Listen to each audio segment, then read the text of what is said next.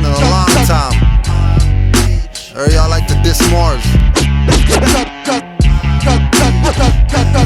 Y'all still listen to Bashir and Ali Muhammad with his fake temple degree. Reggie the doctor, no doctorate. Men admitting they got weave in their Heru lock. Even if you were a stone, I wouldn't say you rock. What I say to you flock, stop listening to Seti. Backing up Farrakhan, but you didn't listen to Betty. Didn't listen to Aleem Bay, much less research. Don't think I respect blacks and more t-shirts. Stateless trolls, YouTube comment inventors. So conscious but checking off black on the census. Blaming your suffering on America, not U.S. Saying more sold you out when you sold yourself. Sold by your own Adanga kings on African thrones. No honor your ancestors, I see them slapping your domes. Clapping your chromes at targets, never clap at the devil. Unconscious Moors calling themselves what the pot called the kettle. I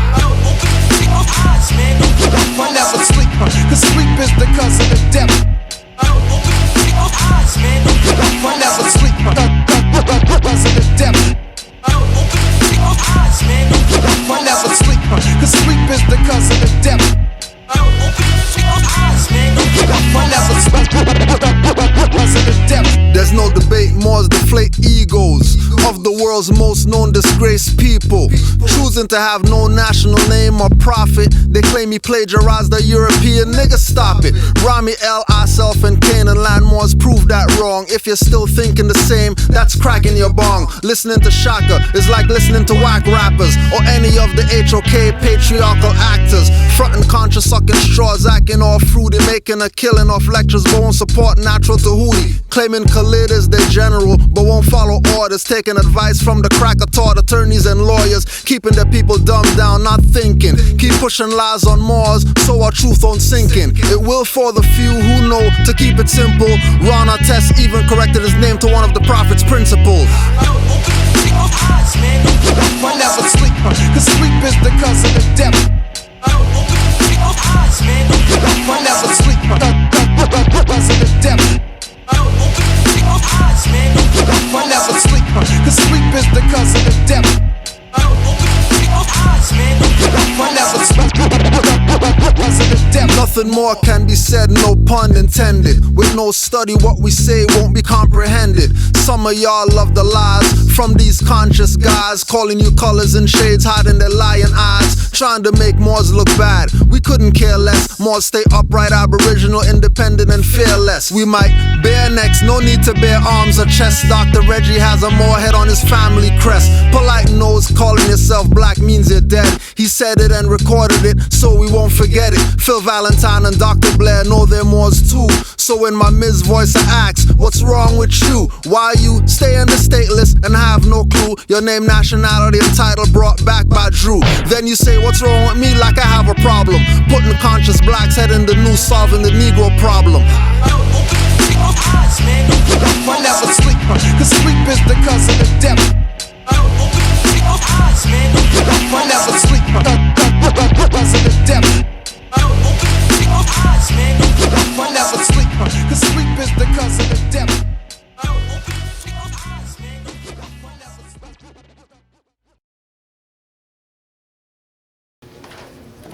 No.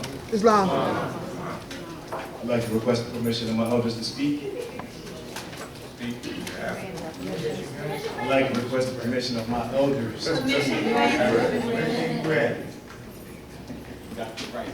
got to ask 2 or 3 times, all the time. All right, before we get started, I'm going to recite the Moorish prayer.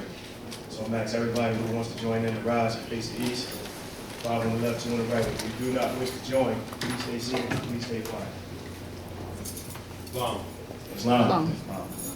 Allah, the Father of the universe. Allah, the Father of the universe. Father of love. Father of love. Truth. Peace. Freedom. And justice. Allah is my protector. Allah is my protector. My salvation. I'm sorry, my God. And my salvation. By night. And by day. Through his holy prophet. Through Ali. Amen. Islam. I'm going to read a couple things before we get started. And I'm going to take a seat. I'll read the proclamation. Anybody who doesn't have it, Moorish God, general laws. You probably can grab it from Rob. She's sitting in the back. Moorish Guide, General Laws. I hereby inform all members that they must end all radical, agitating speeches while at work, in their homes, or on the streets. We offer peace and not destruction. Stop. Shh. I know y'all excited back there. Shh. I know y'all excited. Stop flashing your cards at Europeans. It causes confusion. Remember, your card is for your salvation. Failure to obey these orders will be of severe consequence. We offer love, truth, peace, and freedom. And when these principles are violated, justice then must take its course.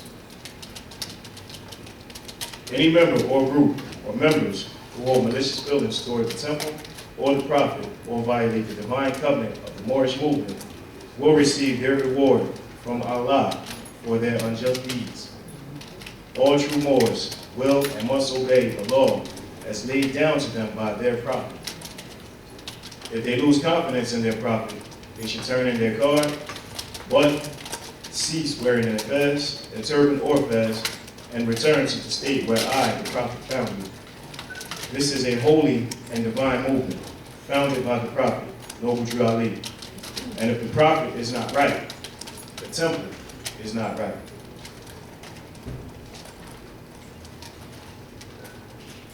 The prophet, therefore, is sending out a divine plea to all Moorish Americans that they do their part in protecting their prophet and the temple. The end time is drawing near, so said Allah, to his holy and divine prophet, I, Noble Drew Ali. That's the reason why many hearts has turned to stone, many eyes see but can't see, have ears to hear but can't hear. At least they will be concerned about their sins. These are trying hours.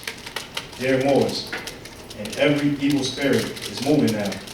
They are trying every weak mind to tear down and drag out the true foundation which has been laid by me, the prophet. But if you have love of Allah in your hearts and the spirit of your forefathers, you fear not. You fear not. Nothing you hear or see, but will sacrifice to the utmost of your very life to protect your prophet and your movement. This is an everlasting movement founded by the prophet through the will of Allah to redeem his people from their sins. Peace. This is one morning, divine warning by the prophet. Like I said, if you don't have this book, Rise of Ms. Rhyme should be setting up in the back. That's the cover right there. Moorish Guide Laws. If you don't have it, I'm sure they got copies of it in the back. And if you don't have this one, I'm sure she got copies of this one in the back too. Circle 7 Holy Quran. I'm gonna read chapter 25, and then I'm gonna take the seat. That big bro come up here and hold it down. Right. Chapter 25, the Holy Covenant of the Asiatic Nation. You are the children of one father, provided for by his care, and the breast of one mother hath given you suck. Let the bonds of affection, therefore, unite thee with thy brothers, that peace and happiness may dwell in thy father's house. And when ye separate in the world, remember the relation that bindeth you to love and unity, and prefer not a stranger before thy own blood. If thy brother is in adversity, assist him. If thy sister is in trouble, forsake her not. So shall the fortunes of thy father contribute to the support of his whole race, and his care be continued to evolve, and your love to each other. Psalm, that's chapter 25, Holy Covenant of the Asiatic Nation. Yeah, man, we got Grand Sheik Kudjo Awo Il down there, Canaanland. Right. I'm gonna say a couple things, and I'm gonna bring the brother up, man. I think I met Kudjo about 3.5 years ago, on a trip to Canaanland. It had actually been my third time in Canaanland, but my first time linking with him. I called him and I said, listen, bro, I said, I can't be in your jurisdiction and have the state of mind that I had and not come and shake your hand. At least come and shake your hand, and at least to introduce myself and see what's going on in Canaanland. And I went and met him, and that handshake turned into a love affair. Y'all already know I can't stay out of Toronto. I can't stay out of Canaanland. Most of y'all already know that. But yeah, man, I can't say enough about the brother, man. The brother got over 500 videos on YouTube. He's holding down the temple in Canaanland, all of Ontario. You know what I'm saying? And his brother got that started, what, back in 2007 or 2008, something like that, 2008, you know? 8 years he's been holding it down in Canaanland. So, yeah, man, I love this dude. This is my brother right here. All right, so, I ain't gonna say hands off brother. We just gonna bring him up, man. All right. My man, Kudjo, how you live?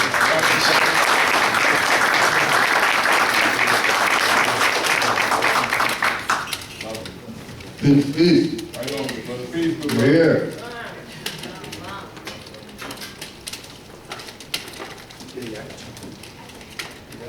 Welcome. Welcome. As well, I want to say peace to you all, and thank you for being here today. You know what I mean? We're going to do our best to make sure you get some information to stimulate your mind, which in tune will stimulate you to do what Noble Drawley said, which is study, study, study. Before we get going, I just want to make sure I put some things out there. Keep it on. Do it on there. Not working. We want to give honors as well to the forerunner of the Moorish movement, Marcus Garvey, because without him teaching these Negroes about nationhood, without him teaching us about nationhood, we would not have embraced and accepted what Noble Drew Ali had brought to the magnitude that we have. Yes. When we do our research on Marcus Garvey, we find out how impactful his movement was. Yes. You know, just by looking at the numbers of individuals that he inspired. And keep in mind that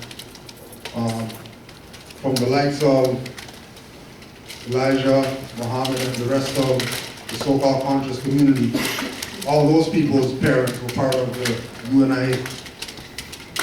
Right? So when we hear people say Noble Drew Ali and Marcus Garvey, no relation between them or whatever, they're showing this picture with Marcus Garvey and his fed. So that you get the point.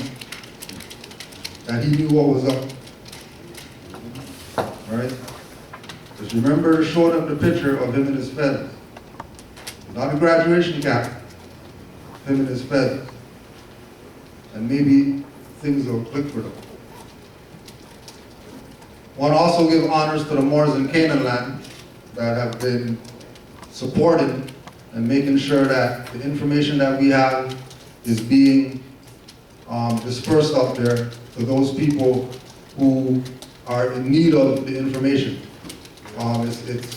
It's trying work to try to wake up our people to the truth about their nationality and birthrights. But we have some good Moors that studious, that are active, that are independent, fearless, and all that. And you know what I mean? I just want to give those Moors honors for holding down the fort with me while we do our missionary work in Canaanland.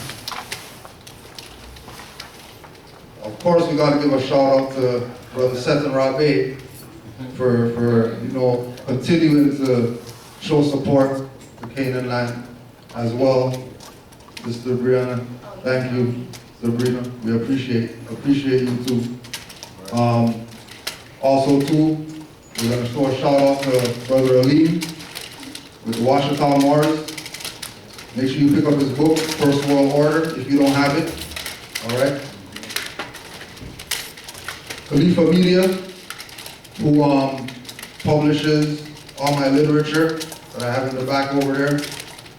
Want to also throw a shout out to my good brother, Rami Salam El in California, who co-authored our book, 77 Amazing Facts About the Moors, in honor of J. Rogers.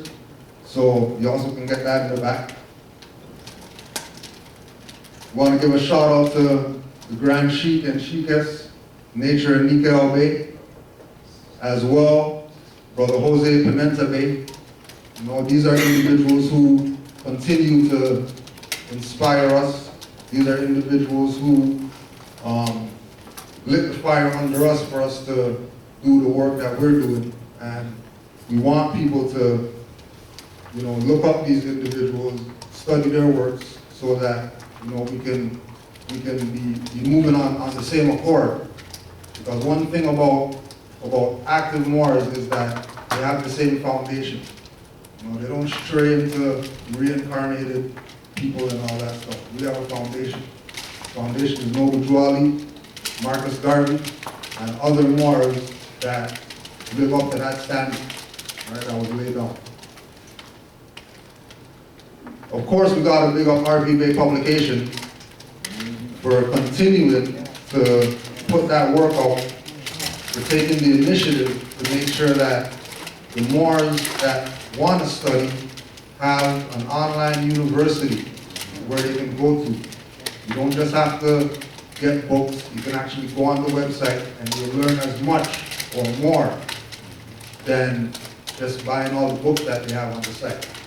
As well, Brother Seer, the Duke of Tears, if you haven't got his book, The Dark Skull 418, it's a very conscious Moorish comic book. If you haven't gotten that, make sure you check that out as well. Got to shout out my co-host, Mizraim El, the Sons of Allah, every third Thursday on Blog Talk Radio, right? We've been going in for a little while right now, so you can check the archives, Sons of Allah on Blog Talk Radio, as well as willofalah.com. As you know, I'm not only a grand chief, but I'm also a hip hop artist. So if you want to get any of my music, willofalah.com. And since we're on the topic of hip hop, we got to big up Africa Bambaataa Bay and the Zulu Kemetic Moors, you know, for him keeping it real, letting all these hip hop people know that we're Moors. Get the proclamation, go into, you know, these de facto people, let them know we're not Negro, black, colored, and all that, right? On behalf of hip hop, all right?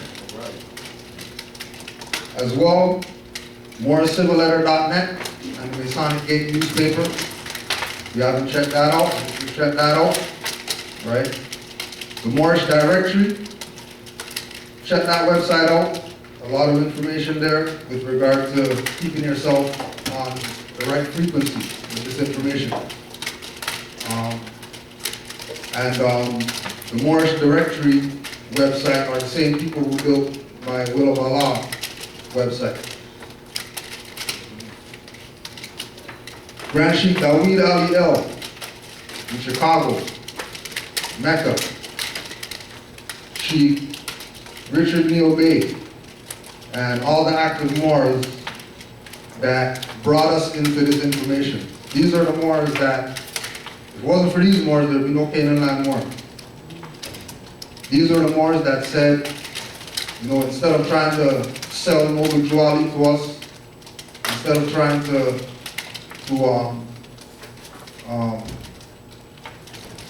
make a mockery of what Noble Juali did, right? They told us, why don't you come to Mecca yourself and check out what Noble Juali did.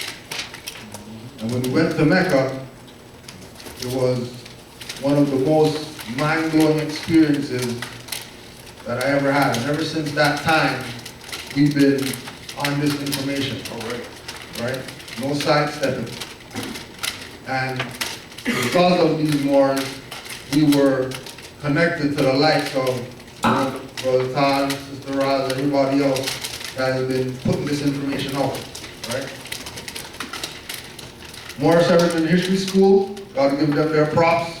And we also got to give the Moors Order of the Round Table their props to make sure that it gets out there that this is our foundation. Everybody that we showed, that's our foundation. We don't move from there. We're extremely biased with regard to where we get our information from. From Noble Juali to here. Anything else is, you know what I mean? Yeah, we might hear some stuff, we might listen to some stuff, but we don't move from the foundation. All right? So we just want to, if you could please, a round of applause for everybody who's been supporting the movement. Right?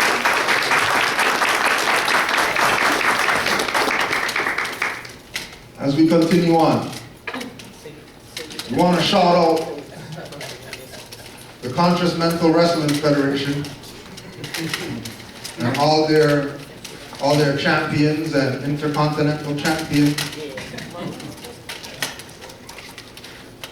all the individuals who are against this,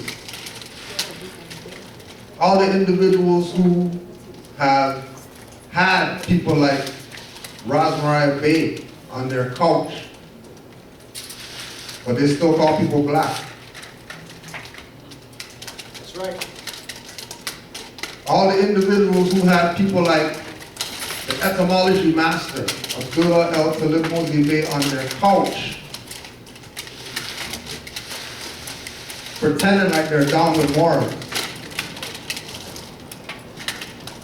Pretending like they're down with morals, but don't want to take the lessons. Don't want to change the people's condition. Want to keep our people Negro, black, colored forever.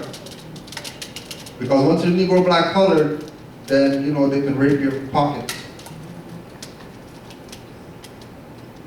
Oh yeah, don't forget, Cartography Bay was, you know, he did not on the couch, but the camera's been in his face too. And they're still calling people black. So we're drawing a line to let people know that we don't, you know, other Moors might play around and beg friends with dirty Moors. We don't play with dirty Moors. Our job is to expose them so that people stop getting played. Because that's all that's happening. People are just continually getting played. And this so-called democracy force is only gaining more power. The more people stay deaf, dumb, and blind to this information. So we just wanted to pick up, you know, the Conscious Mental Wrestling Federation for inspiring us to keep beating them up.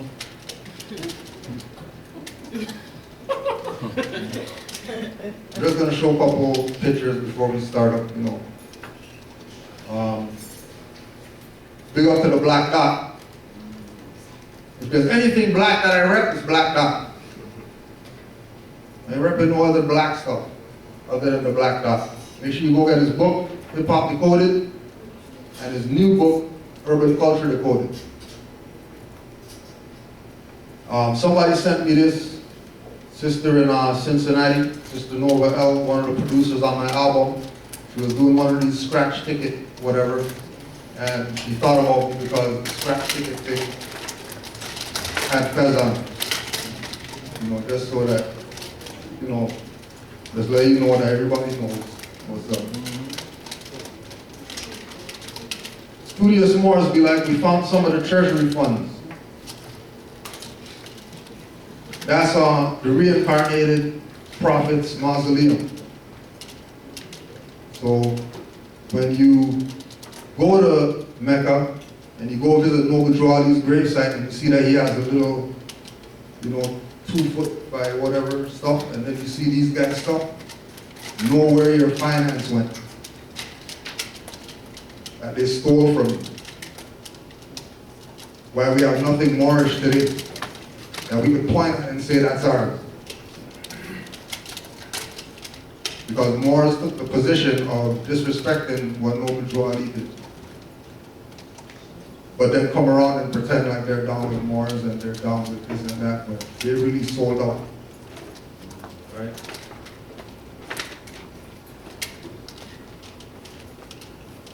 This brother right here, Carlos Cooks. If you never heard of him, make sure you look him up. Carlos Cooks was the individual that brought back the African Legion that Marcus Garvey had founded. Carlos Cook made sure that the African Legion had their black fezzes on. keep in mind that these are Garveyites. These aren't Moorish American, whatever like that. These are Garveyites, UNIA, Negro, Black, whatever. But they got fezzes on, right? And we asked the question to the Garveyites, what do you mean that Garveyites aren't Moors? If the African legion has fezzes on, clearly they're Moors. Right? And just in case they want to, play around, think that that's some BS or whatever. Page 268, Philosophies and Opinions of Marcus Garvey. We'll just skip all this stuff right here and we'll go to this line. Because the Negro is not happy and will never be until he is restored to his own nationality. This is Philosophies and Opinions of Marcus Garvey book that all the Garveyites have. And we put it out there again. If you devote as much time studying Marcus Garvey than the amount of time attempting to persuade me that you do, you would be aware of this fact. And keep in mind that this came from the letter that Marcus Garvey sent to the Garveyites before he got deported. And then before he got deported, he got visited by Kudjo in Atlanta prison. All this stuff that they try to keep quiet, they want people to know about the connection. When there is a connection, documented fact that there's a connection between Kudjo and Marcus Garvey. And their whole point is to try to keep it quiet. So the people stay black, and when people stay black, U.S. democracy has their little extra 2 days to keep raping people. Right? Crawling Wapians up there is Dr. Malachi York, one of his books or whatever, coming from their little pyramid stuff. Right? And he's holding the mummy, which represents women, mummy, mummy, right? And then there's Kudjo, cover of the 101, coming out of the cares of the world. And you look behind Malachi York, you see desert, so you gotta assume that cares of the world, nothing's in the desert. Right? And then that's the cover of the Holy Quran Circle 7 that Malachi York brought to the Nuwapians. So they could know what's up with regard to Kudjo. That's right. But they're still going to pretend like they don't know who he is or whatever like that. We're not Moors, we're Nuwapians or whatever. Right? But not only is there a holy book, Holy Quran of the Moorish Science Temple of America, given to the Nuwapians by Malachi York, but in their holy book, the holy tablets, the Holy Quran's in that. So he gave it to them twice. And they're still going to pretend like they don't know what's up. And then if you check the interior record, you'll find out about Malachi York, making calls, trying to get a hold of, Tashreeq Bey for him to come down there, come and teach in the Nuwapian compound and all that stuff, right? And obviously, it was to try to play like they're down with the movement. And what did he tell these Nuwapians? He told them, wear your mask of God. Don't be waiting on me to do anything or whatever like that. Wear your mask of God. Be what you know. And pretend like they don't know. How black folks looked when they saw the Beyonce Formation video and saw the man standing next to Beyonce wearing the Moorish feathers.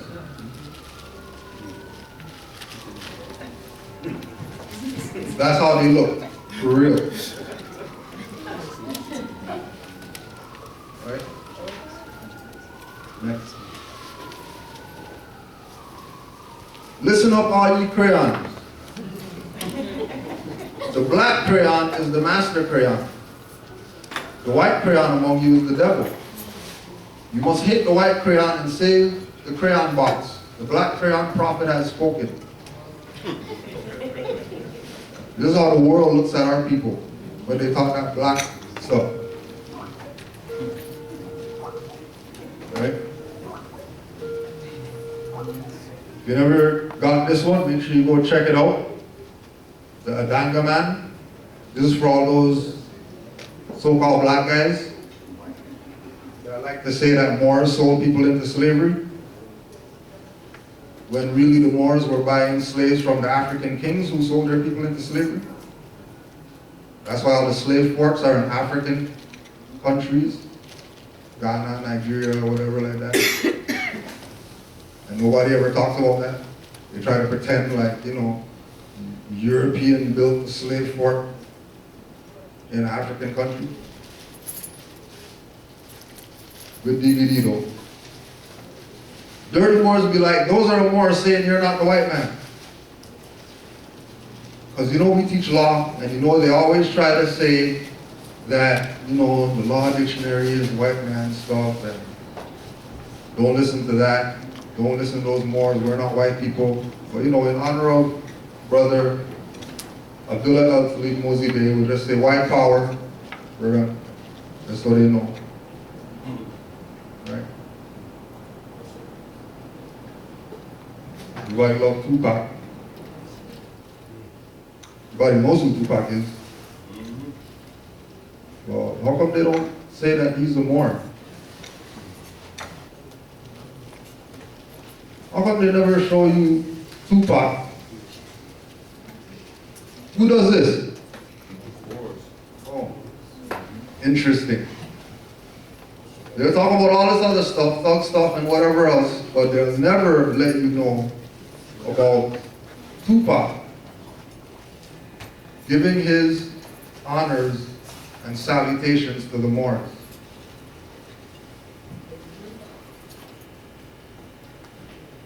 Even Popeye knows what's up.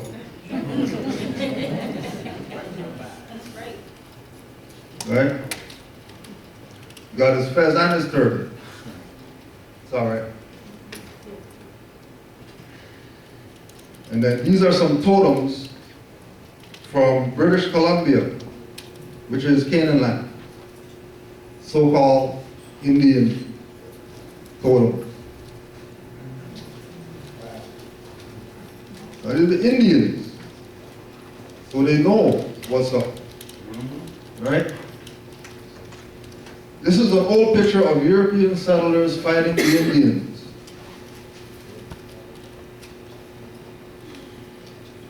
So clearly, we know that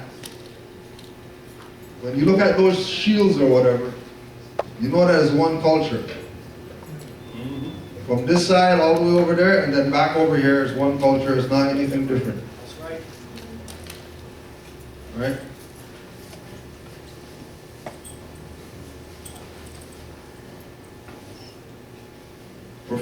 Professor Drew, the Egyptian adept, student.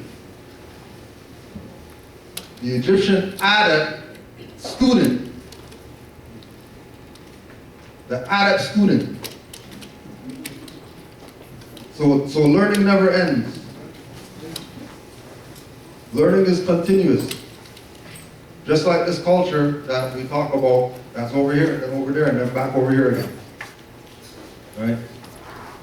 And this is for all the chematologists or whatever who like to pretend that they're not Moors. You know, ancient Egypt and all that. But they don't want to accept the fact that they're Moors. Next. The acorn. Acorns have a deep and rich symbolism in Druidry, which we know is Moors. Yep. Right? Now, why would Egyptians, ancient Egyptians, Kemetans, whatever, Nubians, whatever, why would they depict themselves with acorns on their head if it doesn't represent something? Why would that be in stone? That they have the acorn on their head. And then all the chematologists will just stick to the fact, well, it's just an acorn on their head, That's just something in hieroglyphics, it's nothing really. But really and truly, the acorn represents the fez. Yes. The acorn represents the pineal gland. The acorn represents man reaching deific life. Yes. Right? But in case they don't want to go with that, we'll go to Wallace Budge Hieroglyphic Dictionary. Who's belongs to sis. Yes. Right? Hieroglyphic Dictionary, M-A-U-R, which spells Moor. And Moor is the title of the high priest of Anu. But the chematologist people are not going to say that they're Moors. They're not going to proclaim their nationality. They're not going to recognize Noble Juali. Right? The Nebamun tomb frescoes with these clearly are not acorns on their head. This is in ancient Egypt.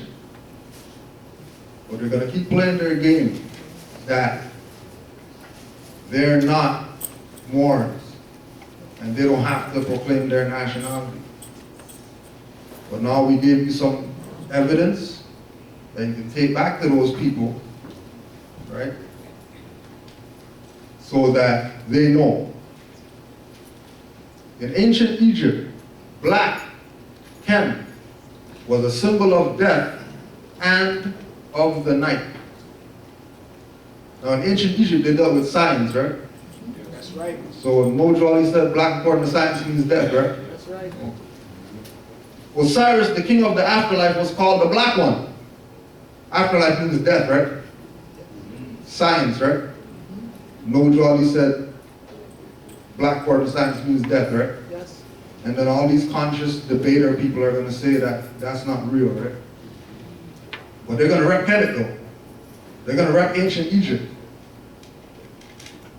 They're going to have all their wrists and stuff like that with all the ancient shirts with Kemet stuff on it, but they're not going to recognize this right here.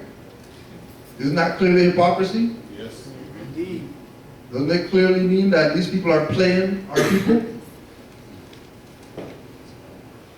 And we have to take the position of ousting these people, whether it's verbally or otherwise. Because, the Moors are the founders of civilization, and, unfortunately, some people, have to get certain stuff. But we're a little civilized, so we're not even going to go there. Next. And just for some more clarity, black man is a Negro and the devil. He's also a funeral director. Black according to science means death, right? So Noble Juali was right, is what he was saying. And the origins of John Canoe. And this is just a little something before we go in. Let them know the connection between Kemet and all that. Pickaninny. Anybody from the islands? The true identity of the Indians of Asia is really Moors, Asiatics. Right? We already know Noble Juali's stuff, he laid it down. Definition of Moor, Moros, dark, from impartial reference, a member of any of the Asian or African dark races. Any.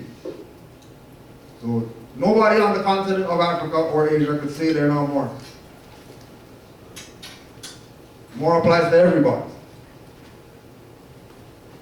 Thomas Paine in his book Common Sense. Male and female are the distinctions of nature. Good and bad are the distinctions of heaven. But how a race of men came into this world so exalted above the rest and distinguished like some new species is worth inquiring into, and whether they are the means of happiness or of misery to mankind. It is the pride of kings that throws mankind into confusion. That's why Noble Ali told the Moors that he's the Egyptian adept student, not taking the high road, bringing himself down to the level of the common people so nobody could throw mankind into confusion. But then after he left the scene, now you have all these supreme grand whatever, and everybody's temple number one, and everybody's temple is the grand major temple, right? And what have they done? Thrown mankind into confusion. That the people don't even want to know about their birthrights now. Right? But it takes individuals like us, studious ones, the ones that are honorable, the ones with clean hearts, to inspire our people to consider some of this information. They might not get all of it, because Joel even said only a handful's not, you're not going to get everybody. But the one or two that we do get, it's going to be because of the work that we do, not the work that certain people have not done. A prayer for my Taino people, Native American prayer. I give you this one thought to keep. I am with you still, I do not sleep. I am 1,000 winds that blow, I am the diamond glints on snow. I am the sunlight on ripened grain, I am the gentle autumn rain. When you awake in the morning's hush, I am the swift uplifting rush of quiet birds in circle flight, I am the soft stars that shine at night. Do not think of me as gone, I am with you still in each new dawn. Ancestors are always here, always with us, right? Whenever we have any type of, gathering, greeting, meeting, or whatever like that, all the empty chairs are where the ancestors are sitting. Right? Let me be a free man, free to travel, not drive. Free to stop, free to work, free to trade where I choose, free to choose my own teachers, free to follow the religion of my fathers, free to talk, think, and act for myself, and I will obey every law or submit to the penalties. And then, clearly, that's universal law. I'm not talking about, corporate statutes or whatever. He's up the Shoshone tribe. Say that again? He's up the Shoshone tribe. Right, yeah. Chief Joseph. Biddy Mason. In the long run, land, not gold, is the most valuable thing to own. And when you do your research on Biddy Mason, she has an interesting story. Next.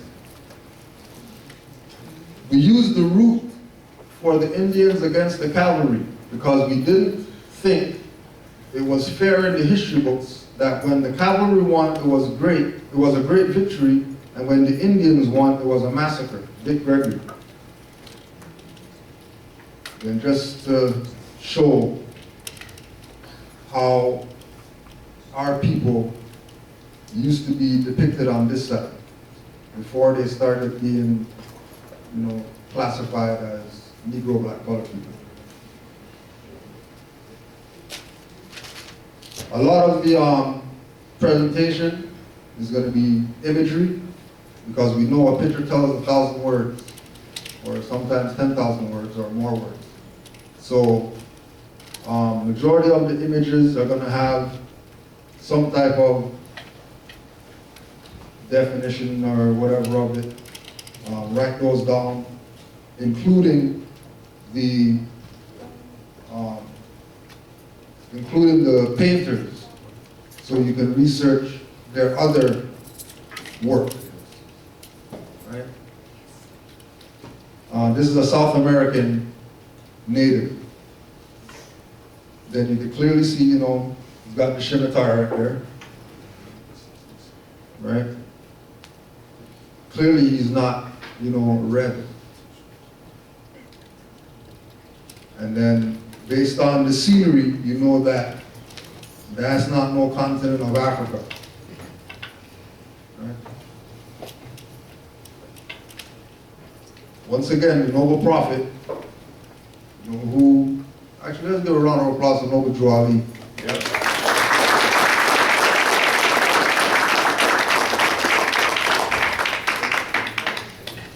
Egypt, the capital empire of the Dominion of Africa. The Moabites from the land of Moab, who received permission from the pharaohs of Egypt to settle and inhabit northwest Africa, they were the founders and are the true possessors of the present Moroccan Empire with their Canaanite, Hittite, and Amorite brethren who sojourned from the land of Canaan seeking new homes. Their dominion and inhabitation extended from northeast and southwest Africa, across the great Atlantis, even unto the present North, South, and Central America, and also Mexico and the Atlantis Islands, before the great earthquake which caused the great Atlantic Ocean. So the focus today is going to be on the Atlantis Islands, the Caribbean Islands, West Indies, whatever, right?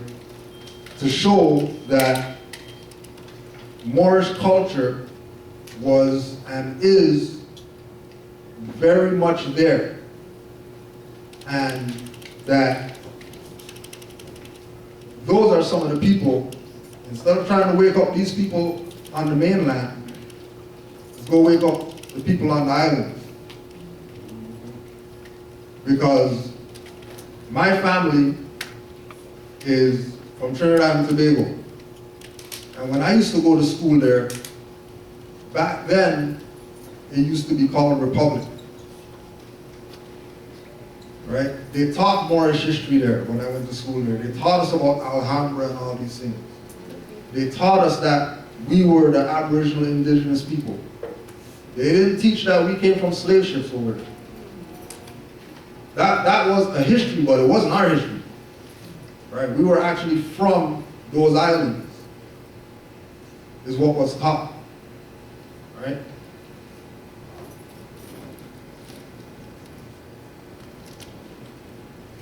So like Drew Ali said, from Africa, across the great Atlantis, to the present, North, South, Central America, and then the adjoining islands. And right in this area, where the so-called Caribbean is. So when Noble Joe Ali says Atlantis Islands or adjoining islands, there is a connection to those islands and mainland somewhere. Yes. Right? Somewhere there's a connection to mainland. It's not just islands only and that's it. Same thing like when we go to the Pacific and they show all these little dots or whatever all over here. They got all these dots and there's people there and they're eons from the mainland. And the people on these dots never say that they're from there. They always say they're from these little dots.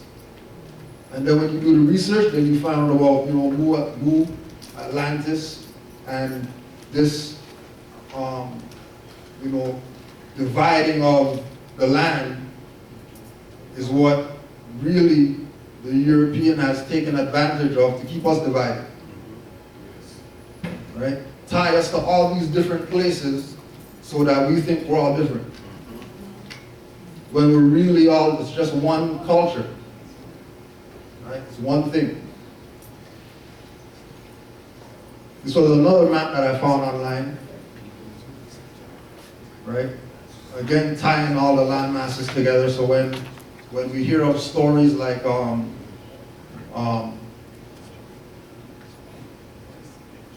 ancient kings and queens of wherever, traveling places, but they're riding something, not taking boats. This is the imagery that we should have in our mind, whether it's this, whether it's Pangea, whatever. The concept is all of it is one landmass. And the reality is that even with the Atlantic, Pacific, etc., it's still one landmass. Because under the water, all the land masses are connected. So it's still one landmass. It's not separate, right? The Republic of Congo Equatorial Resources Limited, if you check their website, they have all these images talking about tectonic plates in South America and Africa that are on each landmass. So they found parts of South America in Africa. They found parts of Africa in South America. And they're using that as their basis to do their palimpsestic reconstruction of Africa and South America to show that, you know, these places fit together like a puzzle or whatever, and that when they're looking for the natural resources, that this is how they figure out where it is. Yep. So they put it all together, and based on the tectonic plate connection, they can say, okay, there's oil right here, and then equally there's going to be oil wherever else. You know, and then they'll put North America here, and then they'll bring Asia over, and once they start putting all this stuff together, they start realizing where everything is, and then they can know where to go dig or whatever. Yep. I just want to share something right quick. Okay. So somebody just correct me if I'm wrong. Is this where Brazil is? On this side of South America? Yeah. All right. Not to be too long. This is crazy, man. Thank you for this slide. This is crazy because I just got a hell of a revelation. The Congo, Zaire, is where the highest concentration of HIV and AIDS is in the world, right? Now, the second largest population of African descendant people is in Brazil. That's right. The second highest concentration of HIV and AIDS is in Brazil, right? So they already made this connection, not the Congolese, the Albion, right? The reason they were in the Congo is because of a precious metal called titanium, which is used to operate these computers, all kind of electrical capacitors, right? So if they can do without the people in the Congo, and they use HIV and AIDS to get rid of them so they can get that electrical capacitor, Yes. right? Yeah. It's like a puzzle piece. I just had that revelation, so I just understand. That's true. It's love. Yeah. So this is how it looks like today, somewhat. So this is where I'm at right here, right? And there was a lot of I don't know what to call it. I don't know. People who are inspired to do great things or whatever. There was a lot of individuals who would try to swim from Trinidad to Venezuela,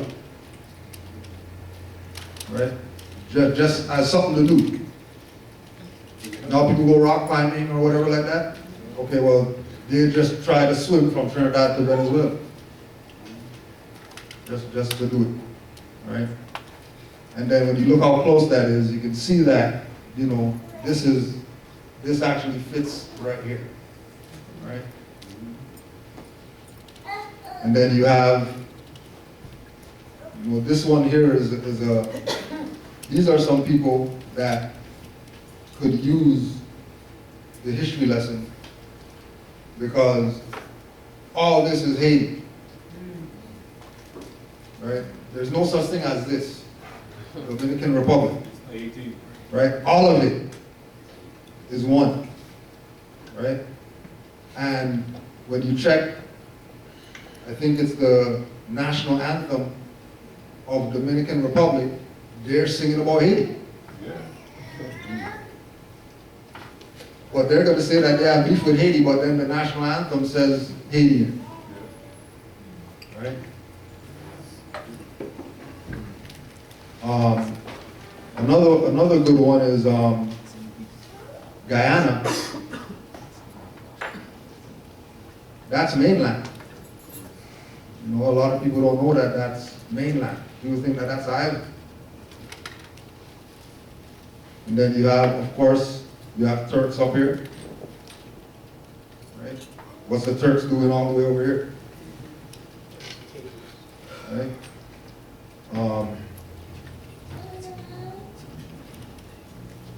We can go to the next one. October 1929, Khalid Edham Bey, discovered by chance in the library of Sarajevo in the city of Istanbul a map of parchment made in the month of Muharram in the year 919. The race and valuable geographic letter contained, among other legends, the following note. And then what you'll do is just do your research on this individual, right? Do your research on that library. And what's that library doing in Istanbul? Right? What is most important to this study, however, is that this map is one of the most mysterious parchment that was found in Sarajevo. One of the most important study, however, is that this map is one of the most conclusive pieces of hard evidence to show the validity of Muslim exploration in the Western Hemisphere. Pre-Reyes, a Turkish navigator, wrote that he used 20 source maps, among them 8 maps dating from the time of Alexander the Great, an Arab map of India, 4 Portuguese maps of the Indian Ocean and China, and a map by Columbus of the Western area. But Peary's map contains information that could not have been known by Columbus. It contains the correct relative longitude across Africa and across the Atlantic, all the way from the meridian of Alexandria, Egypt to Brazil. The mid-Atlantic islands are shown with remarkable accuracy. The Cape Verde Islands, Madeira Islands, and the Azores are shown in perfect longitude. Right? Just to show that, again, this connection, that there's no separation.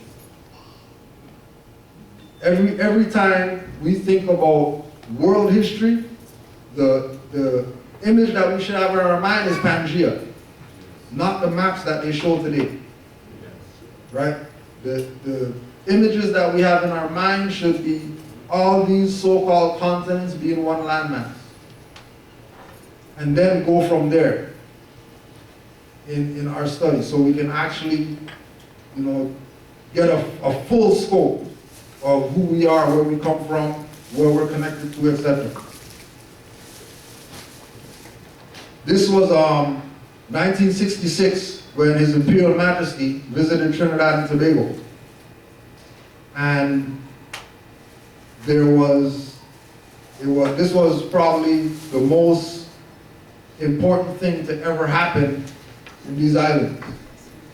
Now, again, speaking about the relation and the connection, in his speech, it's actually on YouTube, in his speech, he was speaking about how the reason why he knows that there's a connection between Ethiopia, which is way over there, and these two little islands, is the fact that these individuals in Trinidad invented their own steel drum, right? Or steel pan. Yes. You hear your calypso time or whatever, Yes. right? And that, this is his words, that they would have had to have some type of indigenous connection to the land in order to come up with this idea called steel drum. Because the drum is their culture, but not here, over there where he's from. And remember that this is His Imperial Majesty, Haile Selassie. This is descendant of Queen of Sheba, King David and all that, who was coronated in 1930, and the Moorish Jews of Harlem got invited to his coronation. Not the Hebrew Israelites that we see today playing around that they're whatever, Hebrew Jews or whatever. The Moorish Jews of Harlem got personal invite to go to his coronation. And not only go to it, but actually participate in the ceremonies. And I have a book back there, Nationality is the Order of the Day, Message to the Black Nationalists, Rastafarians and all that stuff, where we go into the coronation and the things in the coronation that were relative to the seven. Right? That he had 7 bishops and 7 this and 7 that and 7 steps to the whatever, and then he had his golden fez. Right? And then keep in mind that he also visited Jamaica as well. Right? And that was representative for Tobago, A.N.R. Robinson, and this is the first Prime Minister of Trinidad and Tobago, Dr. Eric Williams. And in a lot of his books, he was teaching about us being the Aboriginal Indigenous people.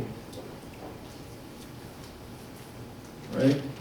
And also too, what I also did in the slide was all the places where you see the colonial names, you'll see the Aboriginal names there too, so you can write those down so you can check it out. So Trinidad is Kairi, Tobago, Alubera, right? And as we go through the slides, just jot those down so that way you can connect the people from these places with the Aboriginal names of where they're from, right?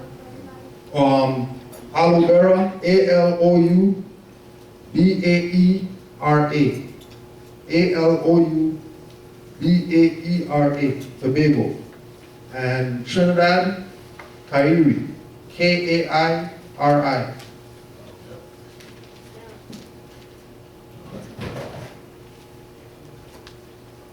And then this is the world famous beer in Trinidad, Carrick beer. And then we know that the Aboriginal Indigenous people fell because of quote-unquote firewood or alcohol. And then they named, same stuff people getting drunk off today or whatever in the islands, named it after the people who they're subjected to drink this poison. Right? Again, letting them know that they know what's up and that the people are loose, right, lost it. This is our family name on my father's side that they say were slaves that got brought to Tobago.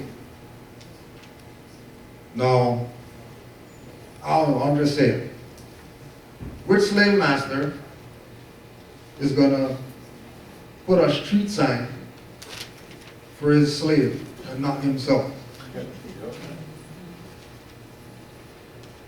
When we did the research, well, prior to even getting into this information, studying under Dr. York and these people,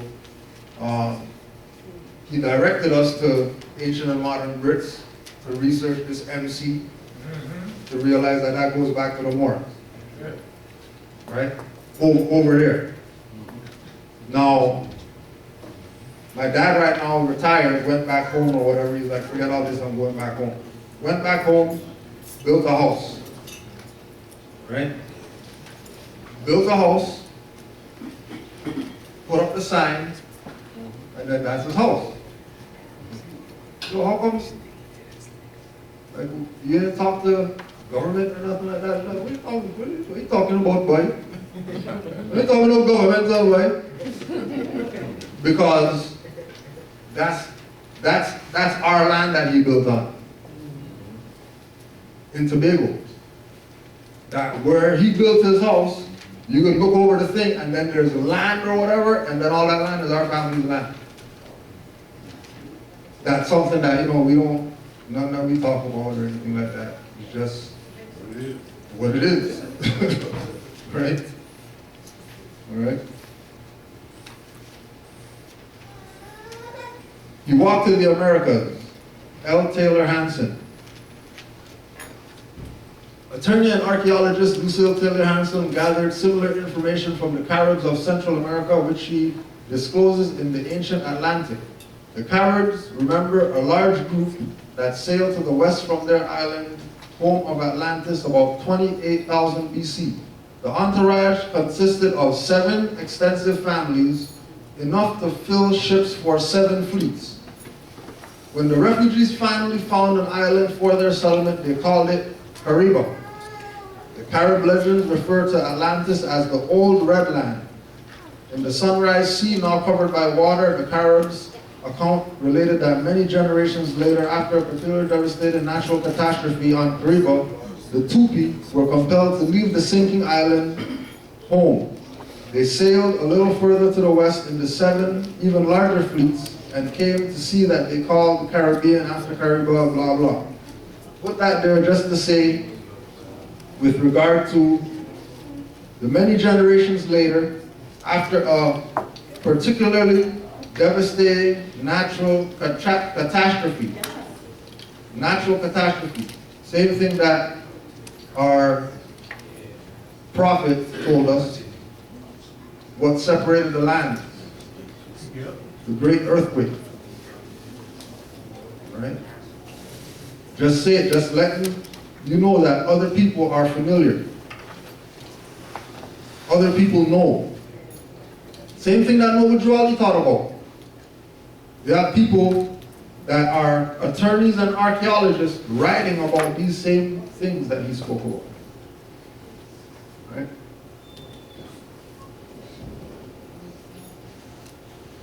We already know Ferdinand, Isabella, and all that stuff. We just skip this one. Nicholas de Ovando, soldier from the western Spain, settled about 2,500 Spanish colonists in eastern Hispaniola in 1502. I already know what's up. By 1511, Spanish explorers had established themselves as far as Florida. However, in the eastern Caribbean, the Caribs resisted the penetration of Europeans until well into the 7th century and succumbed only in the 18th century. Moors, Jews, recent converts to Roman Catholicism, Protestants, and Gypsies were legally excluded from sailing to the Indies, although this exclusiveness could not be maintained and was frequently violated. So after they say that they kick the Moors out, you guys can't be Moors anymore and all that, the ones that had boats and whatever didn't listen to what a European was saying. They continued to violate these so-called rules, laws, or whatever laid down by the colonizers. Which is the exact same thing that we're doing today by proclaiming our nationality, standing up for our nationality and birthright, challenging jurisdiction, challenging authority of whoever tries to make a claim against us being the indigenous Aboriginal people. Right? So this is, again, the connection of the ones over there and the ones over here being the same people, going through the same torment, but making sure that they stand by the same things that their ancient forefathers and forefathers never let this European colonist violate. Never. always stand up and fight. And like Kudjo Ali said, at the risk of your very life, defend the movement and the prophet. Just because. Right? It's what our ancient foremothers and forefathers did.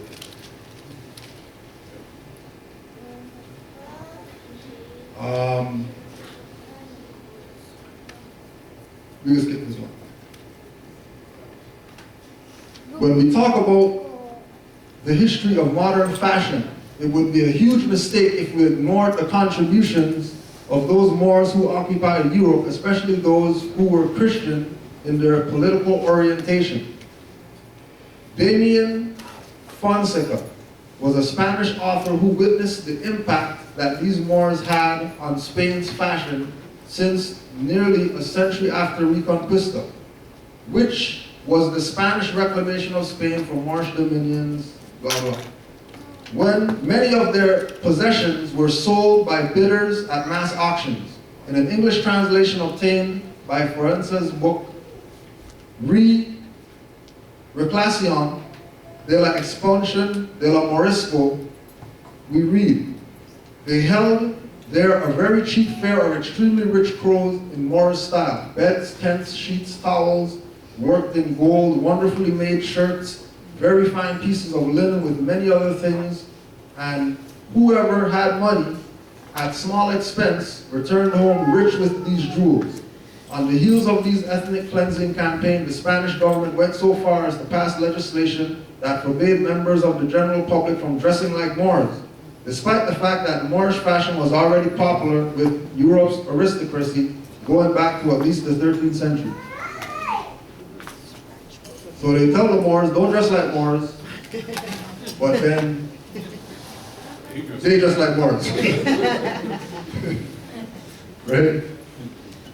Just what we have to go through, what our ancient forefathers and forefathers went through, and like they say, history repeats itself.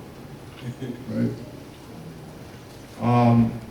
This is Martinique, a Carib Indian.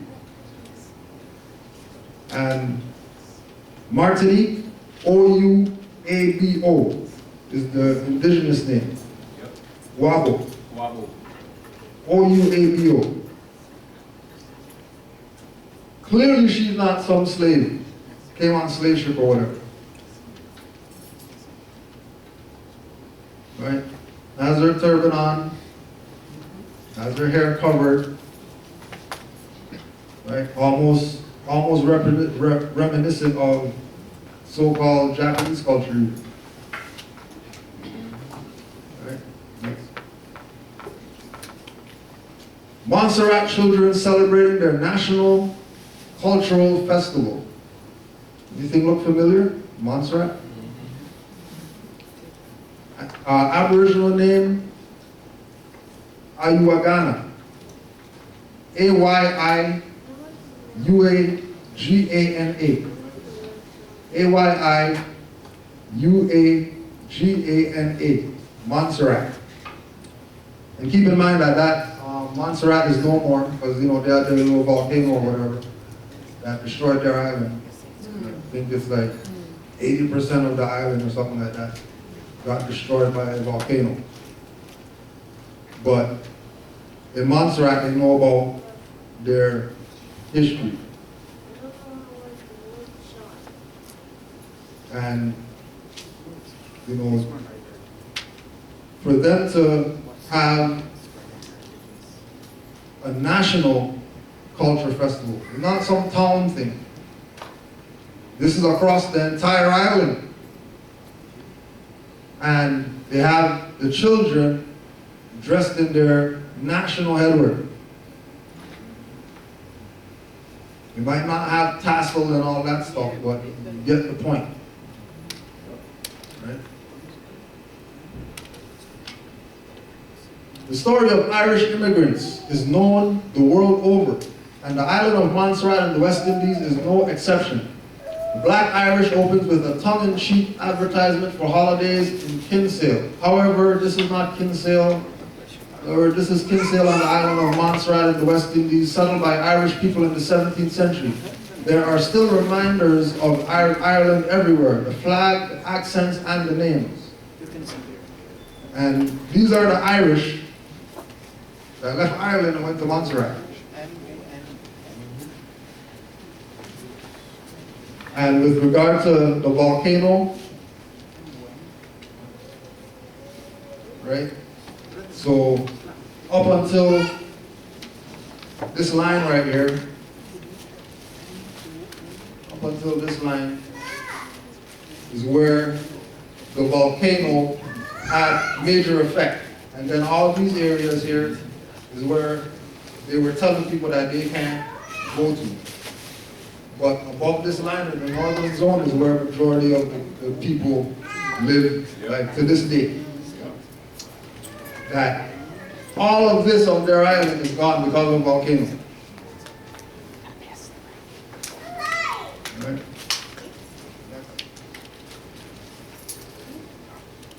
Garinagu. That's a I, that's an L. Lome. Lome. St. Vincent. And we already know any headwear without a brim is representative of the fez. And then again, the culture, drum being in the island, when that's so-called continent of Africa, what's it doing in the name in the islands, right? Practicing their culture.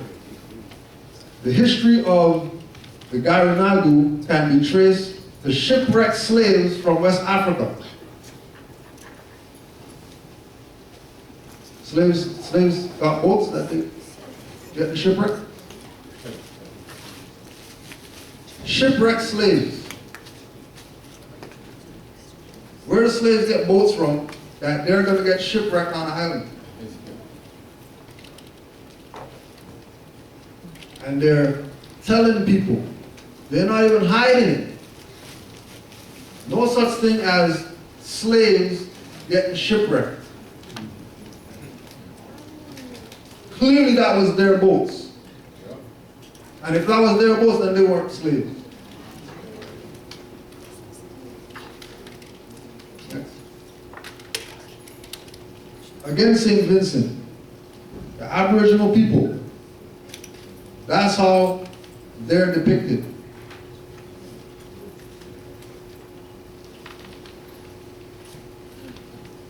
Again, St. Vincent, got the turban on. Moorish culture. Joseph Chatoyer,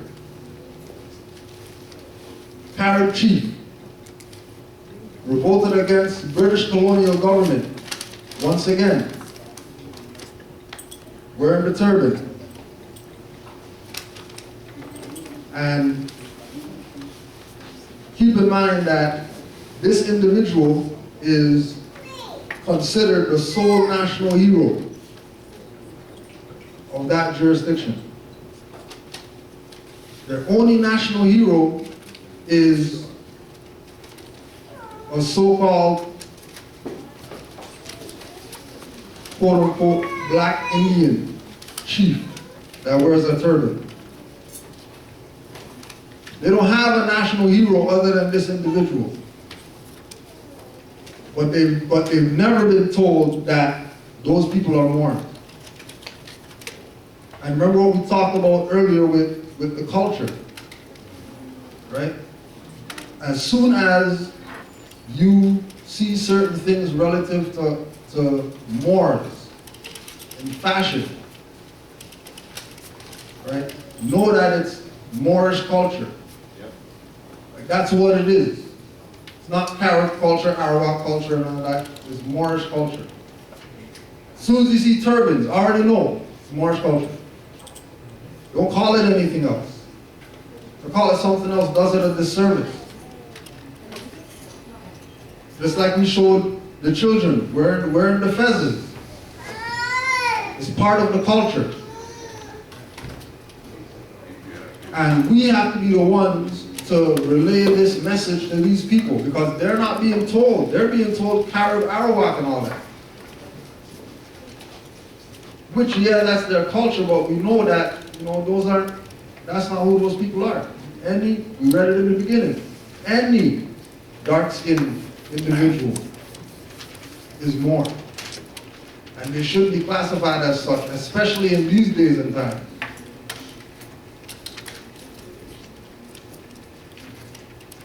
Columbus made several references to al-Nizar, a cloth the Moors imported from West Africa into Morocco, Spain, and Portugal. The clothing which they wear is like long veils, very curiously worked. The men wear breechcloths about their bodies and large mantles, very thin and painted in the style of Moorish drapery. The Moorish usage here could have been applied directly to the West African Mandinka Muslims also, as many of the same dress and cultural styles were shared throughout Spain, North and West Africa. As early as the 11th century, the town of Silla on the Senegal River was a trading post under the control of the Empire of Ghana and used millet salt, copper rings, cowrie shells, euphorbia, and cotton breechcloths as currency. Al-Bukhari reports that almost every house had a cotton tree, and cotton was one of the most important mediums of exchange. Hence, go pick cotton and stuff like that. Because they wanted us to be able to do something that seemed natural. Right? But it was really part of our culture. It wasn't them doing something to demoralize us, make us, oh yeah, cotton feels like our hair and all that stuff. It's Moorish culture, why they told us pick cotton. Moorish culture. And like they say, Senegal, they know about Moorish culture. Empire of Ghana, they know about Moorish culture. Right? African Mandinka, who all these guys try to connect to. West Africans and all that. But everybody else knows that those are Moors. Only weirdos in North America are going to talk about Africans and stuff like that. Everybody else knows that it's Moorish culture, right?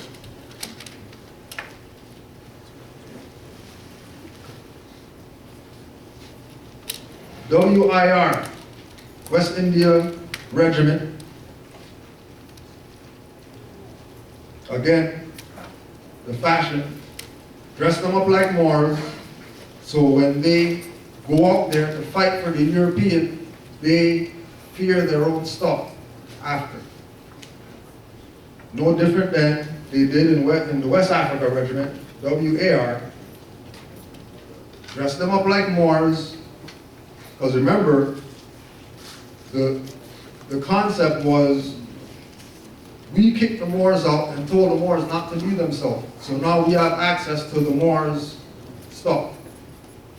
And we're going to take the Moors' uniform, we're going to take the Moors' culture and demonize it by getting these people's own people to dress up like Moors and do negative stuff to them, for them to hate their culture.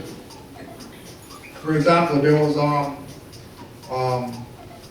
maybe 2009, 2010, when we first got into the information, and we used to go around, to be ourselves, put our fezzes on and turbans and all that. And there were some festivals that we used to go to. And we used to go to some festivals and so-called Africans would be running from us. People who look just like us or whatever, they see us wearing fezzes and literally, like they're running from us. Right? And it was somebody who was African that schooled us.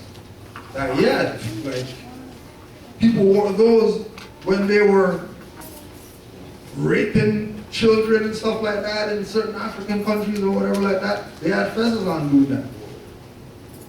Well, you know, we're not those, we're not them. We're not contracted with European powers to do this to you. This is our national culture. We're just being who we are. You know that we're not black people. Yeah, we know that, whatever like that. So then what's the issue? Well, you know, it's what was done. Right? So in us, and then remember too that when they say, you know, West African regiment, and they show these pictures, right? The black conscious community guys are going to say these are Moors. Right? Yeah, they're Moors, but not in the perspective that those guys are talking about. Right?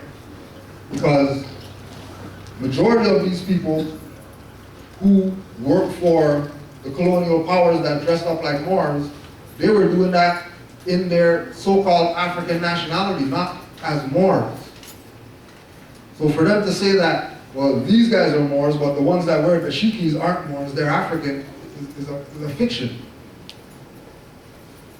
Right? And they play this game to play the separation. But again, we have to be the ones to change this paradigm.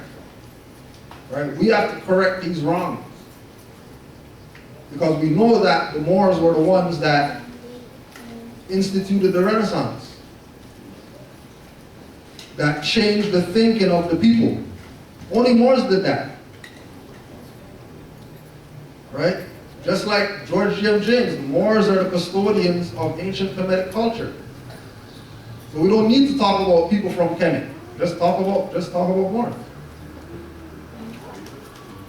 Right?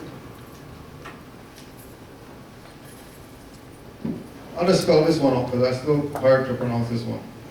Ikaruganan. Barbados. This is a Barbados penny. And then in the description of this, they classify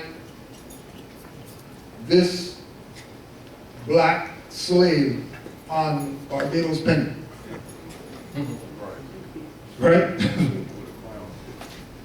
Barbados indigenous name, ICH. IROU GANAIM ICH IROU GANAIM. And then also too, check the date, 1792. Right? And you know, why are they depicting a Moor with a crown in 1792 on this island? Right. A monthly record of anthropological science, published under the direction of the Royal Anthropological Institute of Great Britain and Ireland. Negro skeletal paper in this journal by Buxton, Trevor, and Julin, 1938-47, implies that an undeformed Negroid physical type inhabited the Virgin Islands in pre-Columbian times. Pre-Columbian times, in the Virgin Islands, we were there. And if that's the case for Virgin Islands, then that's the case for all the islands. Because remember, it's all one culture. One family.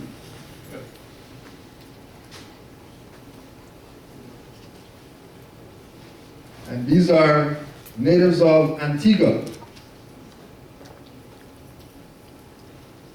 Antigua, there's a few different Aboriginal names, and it's between Arawak and Carib. Waladli, W-A-L-A-D-L-I.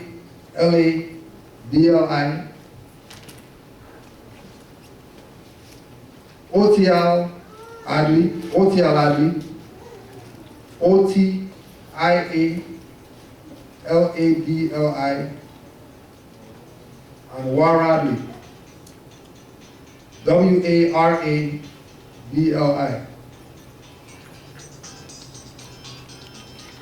Right, and again, when you look at the culture, if somebody doesn't say anything, you think that this is the continent.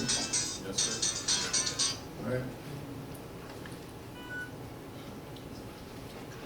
Columbus didn't discover it, he invaded. Right? Chicano students.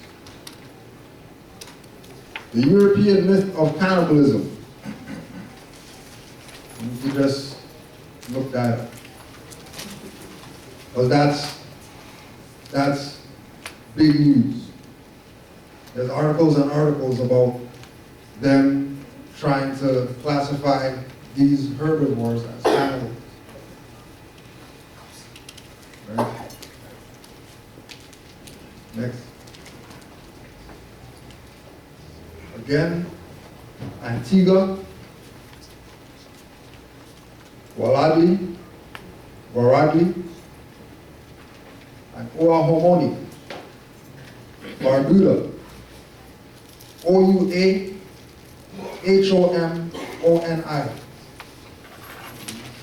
O-U-A-H-O-M-O-N-I.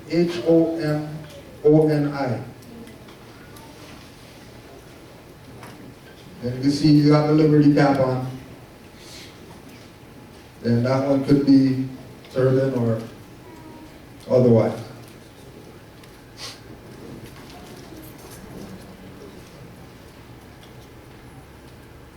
Atabe. That's really how they spell it. Atabe is the supreme goddess of the Tainos. The supreme goddess. The supreme goddess of the Tainos is a bay. So they know what's up. It's only a secret to people who don't study. It's only a secret to people who don't know about their nationality and their birthright. And these are the things that, like, when, if conscious guy sees this, they say, oh yeah, black lady. Because, you know, she's black. But she's a Beto. And if she's Beto, clearly she's not Negro, black, colored, or whatever.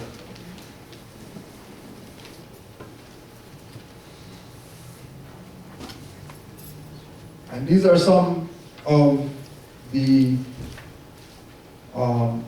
Aboriginal culture we have to infuse into our, when we're doing our libations and stuff like that. Call out some of these ones, because they need to get acknowledged too. Because they're only being acknowledged by so-called, you know, Tainos and whatever, but, you know, that has no power. It's like black guy saying he's worshiping something. Right? They're cut off. Because they have no tie to their ancestral lineage. But we can do it on their behalf. You know, we can do it for them. So that it can have some power. So we start putting Atabe out there, when they say it, now it'll have power and then stuff will actually start happening for them. Yes. Because we're the ones that are the scientists that's going to change this thing around. Right? And here's Yukahu, same one we saw earlier. And he's the counterpart of Atabe. And you know, he got his Liberty cap on, fez, whatever you want to call it. So there's the universal law of duality, universal law of gender. universal law of correspondence. Everything applies with these two Taino supreme god and goddess. One, they're exercising their culture. Right? Remember that we're talking about the unseen. The unseen is called itself Bay. The unseen has a pheasant or liberty cat. The unseen, not what's seen, the unseen. So if the unseen knows that they're Moors, then what's our problem? What's wrong with our people? If the forces unseen know that they're Moors.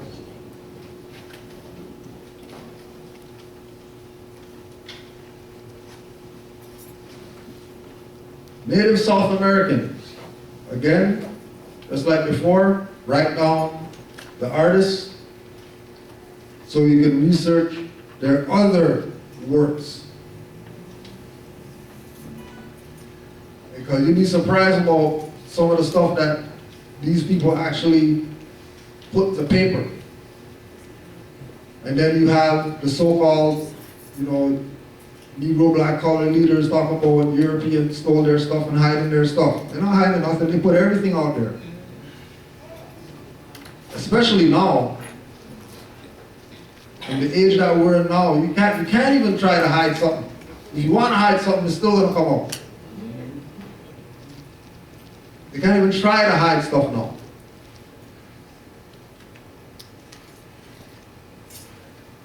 This is a book that you can try to pick up. It is a hard to find. I seen Amazon had it out of stock or whatever. Wild Majesty. And then this one just to show,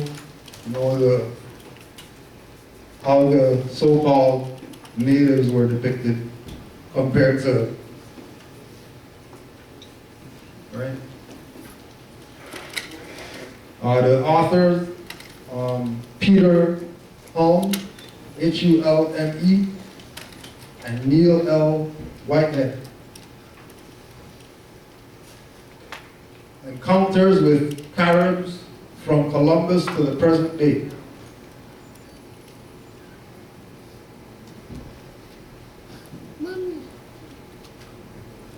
Africa and the Discovery of America. Leo Weiner.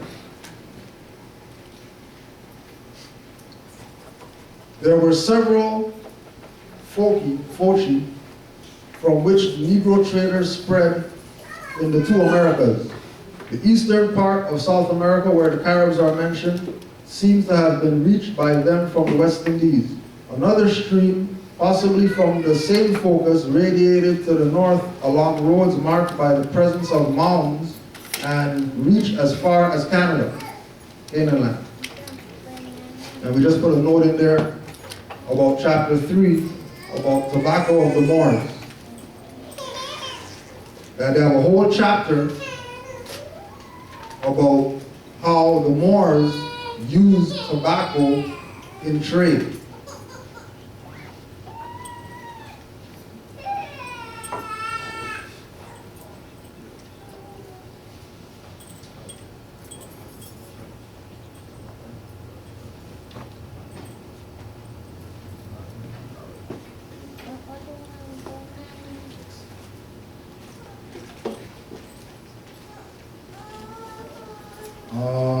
Maroons. Everybody knows about the Maroons, I'm sure. Heard something about these so-called runaway slaves. Right? Maroons were strong-willed. They would go almost any length to maintain their status on the island as free citizens. They would go almost any length to maintain their status on the island as free citizens.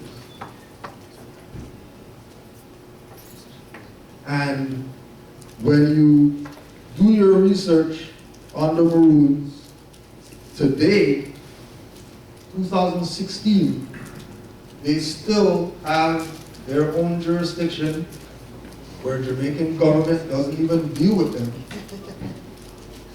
refuse to deal with them, where they have taken the position of being extremely apologetic for causing the situation of there being quote unquote a Jamaica and or Jamaicans and Maroons. Because the Maroons say that they're the ones that sold out because they did the treaty with the British. They admit that they did the treaty with the British and that their job was to go catch slaves and stuff like that for the British. Right? And again, their position is apologetic with regard to their actions that caused their own fall. And all the stuff that they're dealing with now with from IMF to everything else. Maroons taking on themselves that they're the ones that did it.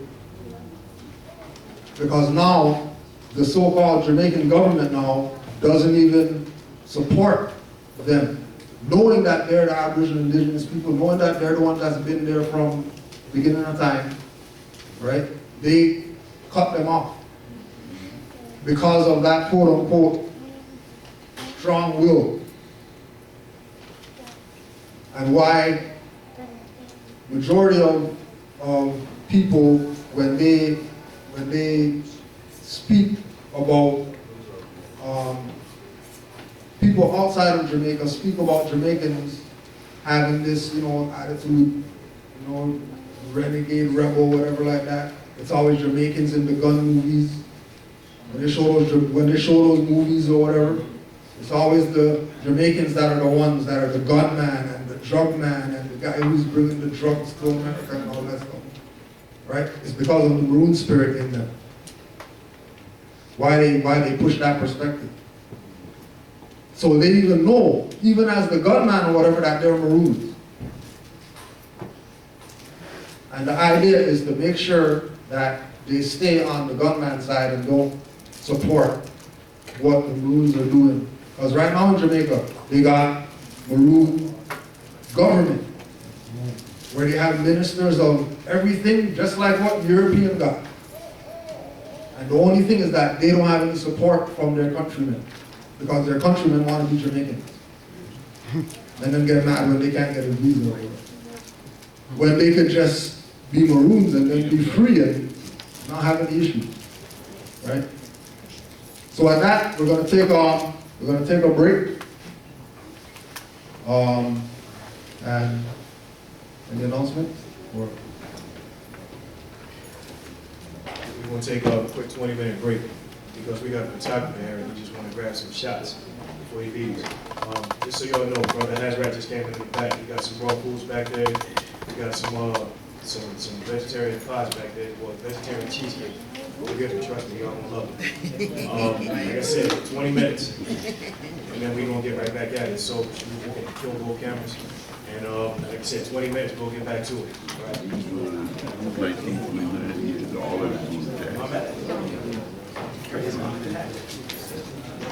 You ready, Tree? Ready. Islam, everybody. All right, we're gonna get back to work. We're gonna bring the Grand Chief Kudjo back up. Quite a bit more information, so tune in. You'll get undivided attention, and that's what I want to make one announcement. These cameras pick up your voices, right? So even if you sit at a table or two tables away, anybody that needs to have a conversation that has to talk, I gotta humbly and respectfully ask you to go to the back or go outside. Too many DVDs and too many times we put videos on YouTube and people call back complaining because they hear y'all talking and they can't hear us. So even though you think you may be talking at a whisper, those cameras pick you up. So anybody that needs to have a conversation, I gotta ask you to go to the back or go outside. Peace and love. Grand Chief Kudjo Abou-El. Islam.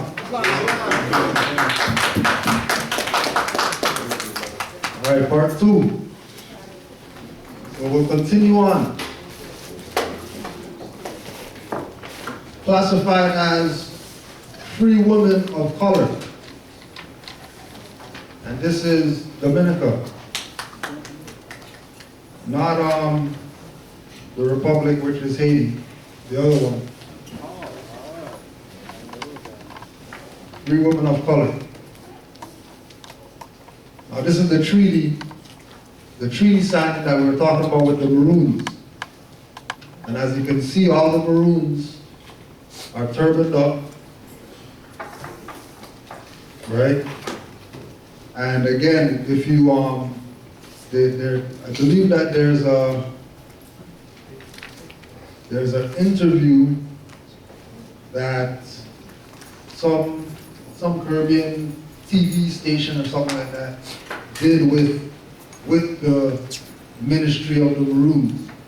And you know, they were talking about all this stuff that we're talking about. Well, not the Moorish thing, but they were talking about them, you know, trying to get the people of Jamaica to support them more because the government's not supported. The so-called Jamaican government's not supported, and that they're having a hard time with getting the support, right? And you know, it reminded me of a lot of our situation. We're trying to get our support from our people because we're on this, you know, independent perspective, and our people have this tendency of loving to be, you know, wards. You know what I mean? So it's called the Maroon British Treaty, and once you go through the treaty, there's specific parts that lets you know how Jamaica got into the situation that they're in right now.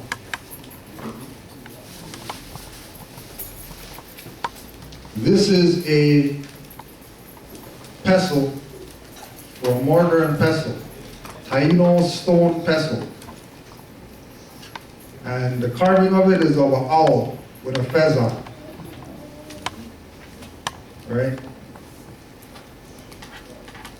Again, when we look at the culture of Aboriginal people in the Americas, something that is very obvious is that they know about their history, right? It might not be told, it might not be talked about, but when you do your research on it, when you do your research on the indigenous people of the Americas, like, for example, with this stuff that we're doing, this is about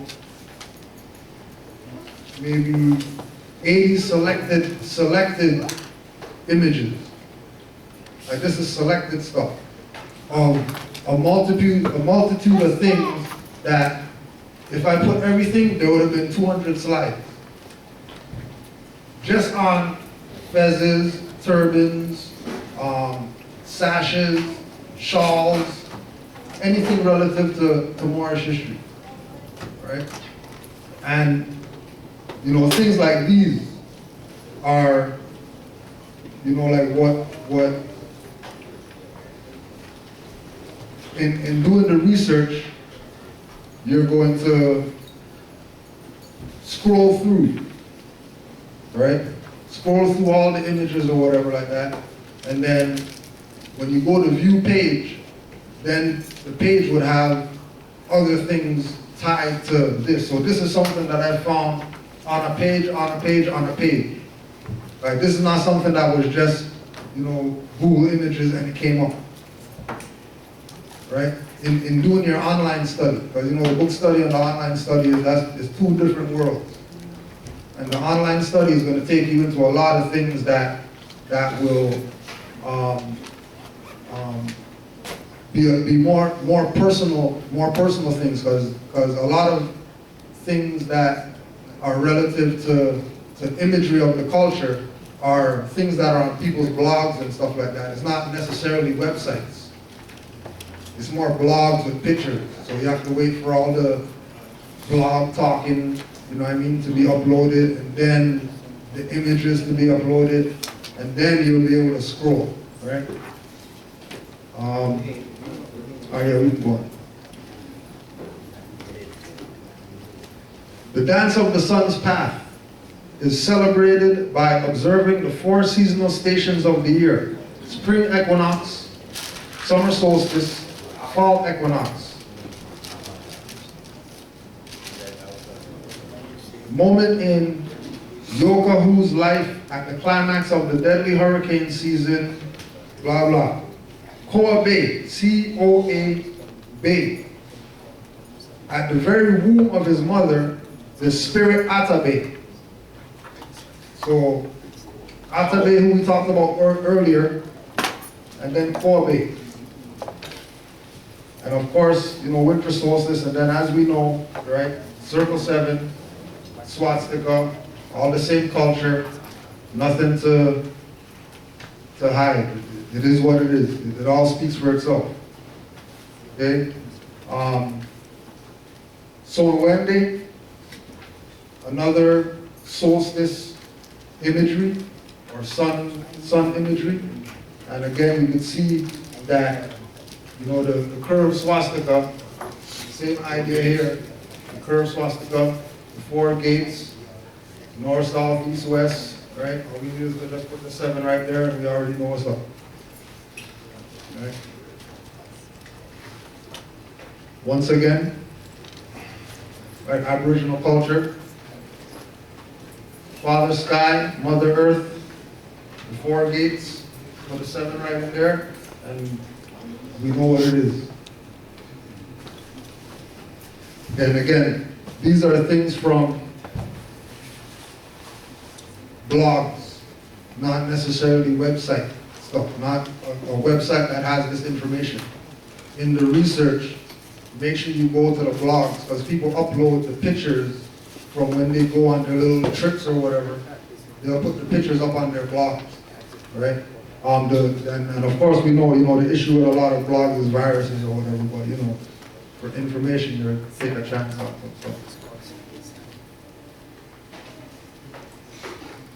One of the fiercest Maroon warriors, Brother Kudjo, who went hard because the Maroons, they say, were outnumbered at least 10 to 1 by the British Army. And they didn't stand a chance against the Maroons. Like, they didn't stand a chance, which is why they did the treaty in the first place. Because they were like, we can't afford to, we can't be going through this. So how about we do a treaty? Right? And again, we're talking about, this is no different than when you talk to some people who were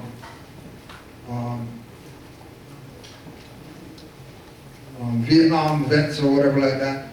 You know what I mean? And the barefoot guys beating up on these guys. Right?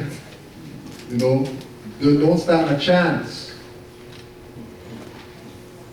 Because there's the spirit of our ancestors is real. When we invoke our ancestors, same thing when you talk about Haitian Revolution. You know, when we start getting the Wicca going and all that, people don't stand a chance against us.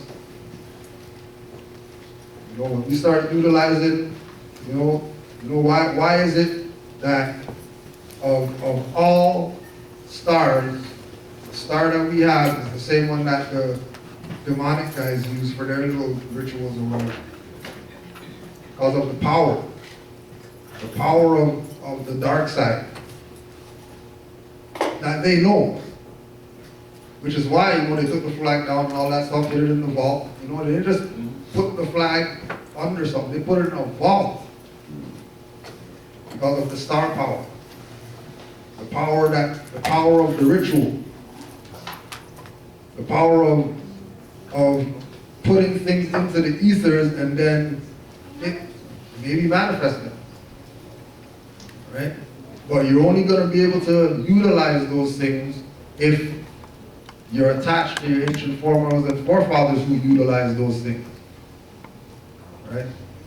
And again, you know, it's something where people take it as a position to, you know, see us with the Moorish star and relate it to something demonic or satanic. And when they do that, we should embrace them. Right? They'll sink and all that stuff. Now these people running. Because it's a reality. It's not fiction. Aleister Crowley and Madame Blavatsky and all that stuff, that's not fiction. That's real, that's real. But now we have it. And what are we gonna do with what we have? Right? Nanny of the Maroons. Always got her turban on. And interesting date that these people have their Maroon festival, and then there's the indigenous name for Jamaica. Jamaica. Xamayca. January 6th is their Maroon festival. And then we know that that's right in line with our prophet and his earthly. Right? So, you know, they might be doing things like, you know, we look at the day, yeah, it's 2 days before, but, you know, it's the first month, so that's still 7. So they're still on the frequency. Even though they might not say no Juali and all that, they're still on the frequency. Right?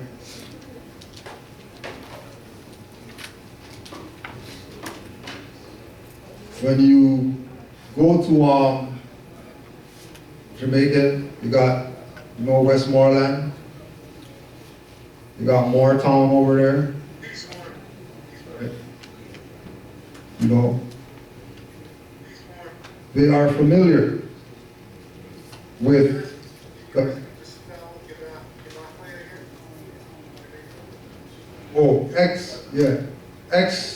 Xamayca. CA. Xamayca. Is love. And then again, you know, why would they depict her in this fashion if they weren't trying to tie her to the Moors?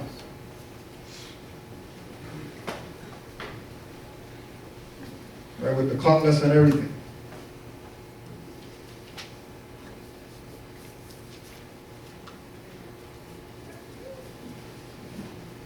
I gotta bring this one up. A few years ago, got a call from prominent reggae artist, Sprague Benz, saying that he was gonna be in New Jersey or whatever. Is there any Moors? I'm hearing this stuff about Moors. I'm Jamaican and I know about the Maroons and all that. So we put him on to Grand Sheep Nature Bay. You can go on YouTube. They got their Skype up there. They got their class up there that they did. If you go on Nodal Edge Radio, we did interviews with Red Pill and Blue Pill about all this stuff we're talking about the Maroons and all that. Most recently, this movie came out that he stars in, Green Card, independent movie, where it's about, you know, a green card. So watching the movie or whatever, and some lawyer that this brother knows set him up with a lawyer because he was getting married or whatever like that. He's telling the lawyer, well, you know, I don't really need to get married, you know what I mean? Because I love my girl and all that stuff, you know what I mean? I love her, so I don't need to get married or whatever. And he starts telling the lawyer about, well, I'm a Moor. This is in the movie, right? I'm a Moor. And I don't think that I need to do this and that to get you as a visa and all. I got nationality and all that stuff, right? Movie that's going around to all the Jamaicans or whatever like that. And the only reason is because he was inspired by a Moorish American Now, if you know, this is Shatta's movie. Same thing we're talking about with the Jamaicans, the gunmen and all that stuff. Same idea. The Maroon coming to his higher senses, realizing that he's not no Jamaican, realizing that he's more. Remember that he's big time. Yeah. He's not a small time reggae artist that you just see out mix CDs or whatever. He tours the world. And he's familiar, very familiar with what it is, what it means to be more. Very familiar about Noble Juali. Very familiar about the culture. So if he can know and make sure that, because I'm sure that he's the one that got that to be a part in the movie. Right? His involvement in the movie had to be why they even let that get out. Because I seen Jamaican movies and they don't talk about no Moors and all that stuff. They don't talk about Maroons, nothing like that. Right? So if he being as prominent as he is to take the position to say, you know what, let me let this get out. Let me make sure that this message is being relayed to my people on that island. You know, he deserves honor. You know what I mean? So big up Sprague Benz for that.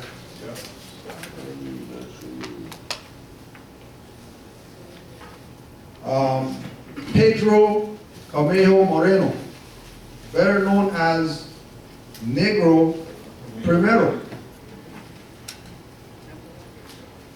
Now, he's known as Moreno, but he's better known as Negro. This is what they're trying to do with us. Get us to go right back to that state that Noble Juali took us out of. And remember, this is being done by people who are telling our story. But Noble Juali told us, you know, we gotta write our own story. We have to tell our own story. Only we can shovel ourselves out of the avalanche of lies. No one else is gonna do that for us. So it's a call for anybody who has this information. Produce something. Make a t-shirt with our Circle 7i. Right? Make a little pamphlet. Now you can go one page, front only, because you know, niggers don't read or whatever, so you can't give them too much. You have to be light with them. So make a half a page. And put our information on it and give it out. Right? There's Moors in Canaanland who, you know, they ride transit. They don't have conveyances or whatever, they ride transit. And they sit on people who they don't know and tell them about Moors or whatever, just because. You know what I mean? Just because. Some people reject it, some people accept it. But they can't say that they weren't told. And then our position is to at least I told you so. Right? But there's a thing of, you know, people thinking that, you know, our position is, you know, keep this information, harbor this information, you know what I mean, not expose it, not put it out like it's supposed to be put out. But the only people that are going to put this out is us. No one else is going to put this information out. Right? You don't have to have title, Grand Sheik or whatever to put this information out. And anybody telling you that you have to have title or Grand Sheik or whatever to put this out, you don't need to be around those people. Right? Because we're obligated. We're the founders of civilization. If we can do what we did for the European, getting them out dark ages, then what could we do for these people out here who don't have this info? That's right. Right?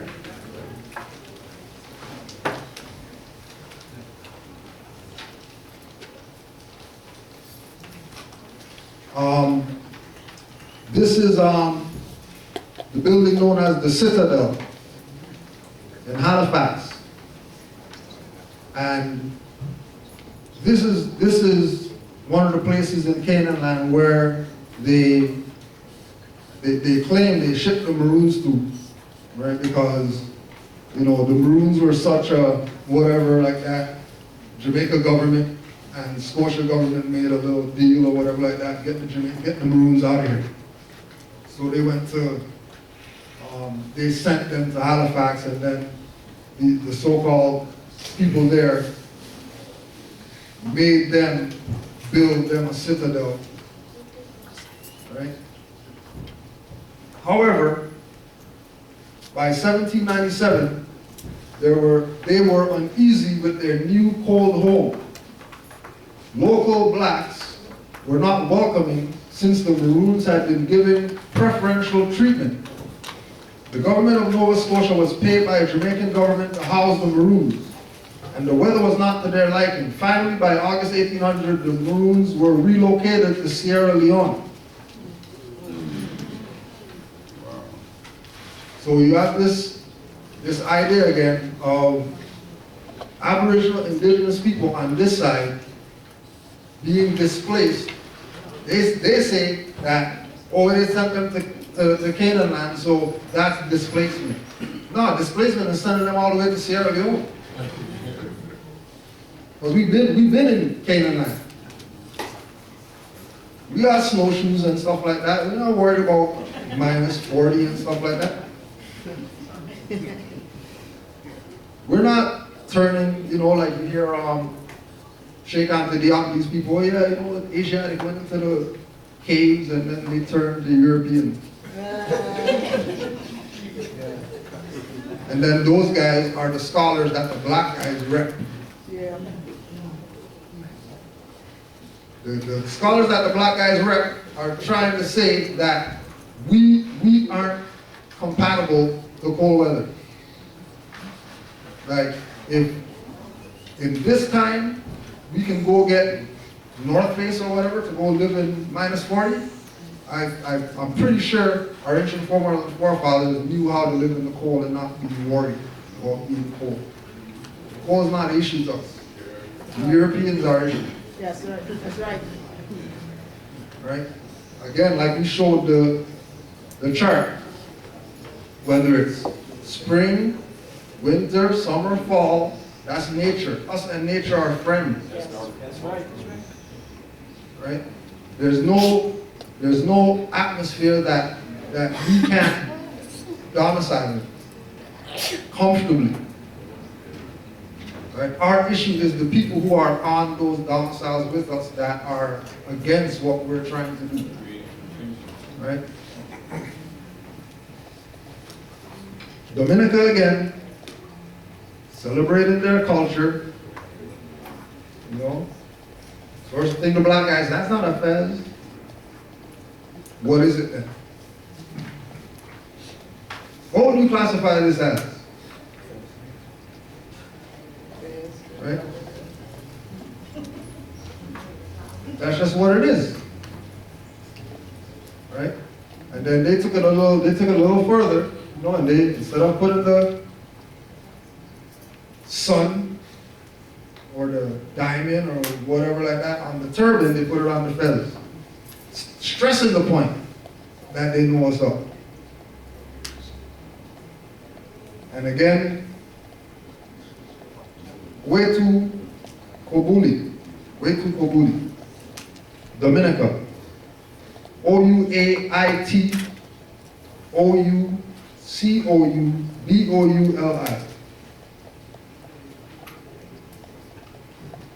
We're not black Caribs and black Arawaks and all that stuff. We're more. That's what we are. Aboriginal Indigenous people. Next. Again, Dominica.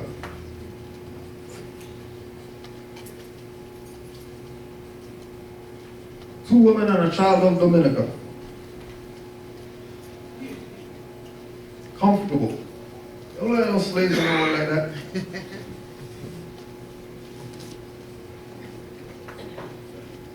Right. There's another depiction Aboriginal Indigenous people of the Americas.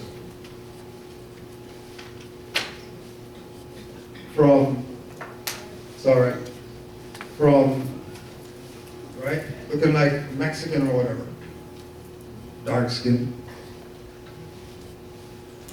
to just having a little thing covering their private, feathered, bushman or whatever,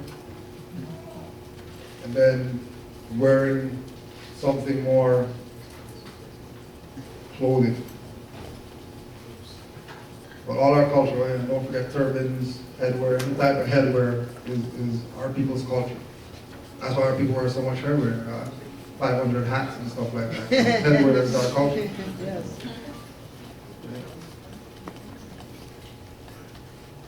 Trinity Hills. The name of so-called Trinidad is based on the Trinity of these hills right here that Columbus saw. Now, the name of these hills are Mourne, Derrick, Grossmorn, and Gaia Hill. And it was said that these were the hills that he saw on his travels. And then we just outline the more in Mourne, and then just do your research, and it'll tell you it goes back to Mourne, just in that name. Yep. West Indian man of color directing 2 Carib women with child. So the West Indian Moor of color directing the Carib people. If the Caribs were the first people, shouldn't they be directing the other guy where to go? How come the guy with the turban on, with the hat with the feather, right? Sash, wearing white, you know, white means purity, purity means God, God is the ruler of the land, right? Yes, that's right.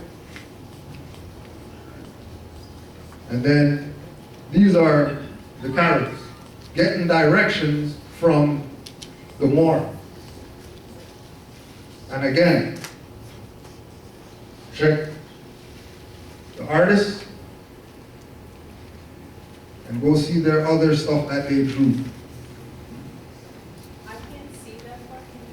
Yeah, the artist is Agostino, Agostino, Brunias, Brunias, Agostino Brunias, said to be titled West Indian Man of Color, directing 2 Carib women with child.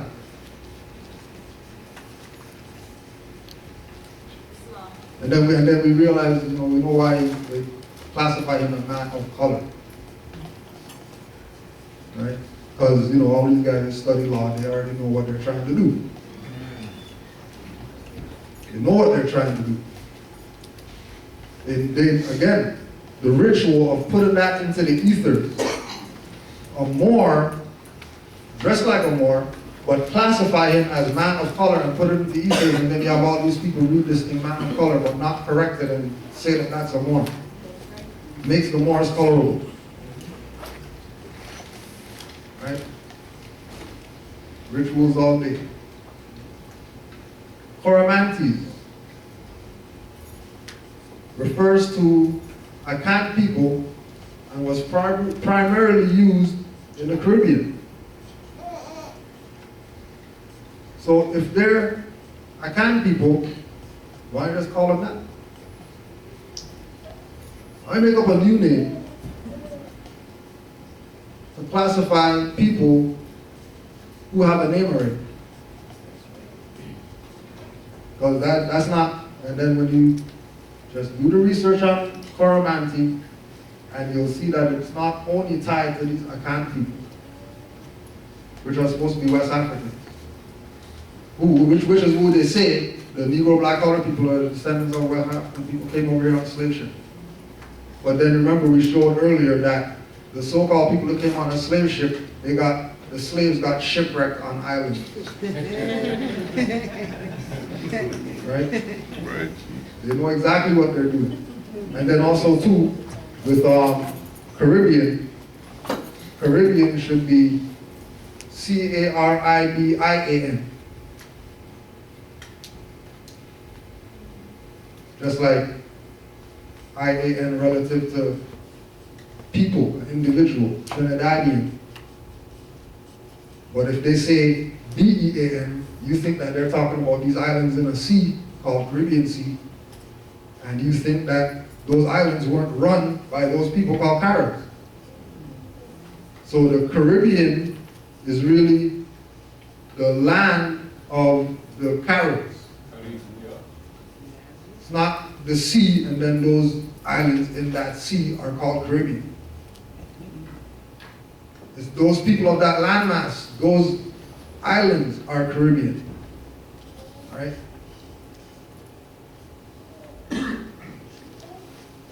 Guadeloupe, Turuquira,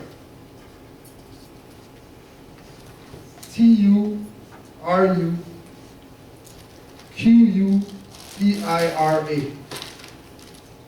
indigenous name of Guadeloupe.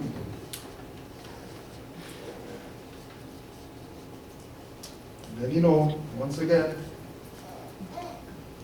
turban, so you could put your heavy stuff on your head, you know what I mean? Hurt your head and all that. Anything without a brim is relative to fezzes or turbans.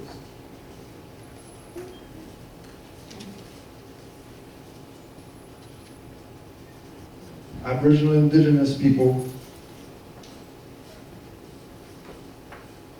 again, fezzes up, because that's Aboriginal indigenous culture. That's just what it is.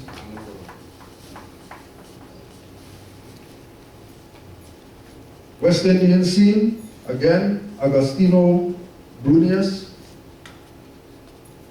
Again, so you can recognize the theme of his paintings, point that he's trying to make.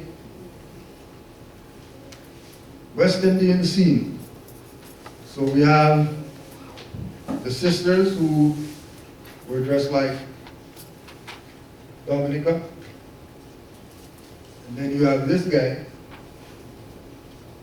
dark skin, feathers, you know, you got the palm tree, so you already know they're talking about islands. And they look rather in unity. Even though clearly all these are different cultures as far as their dress codes.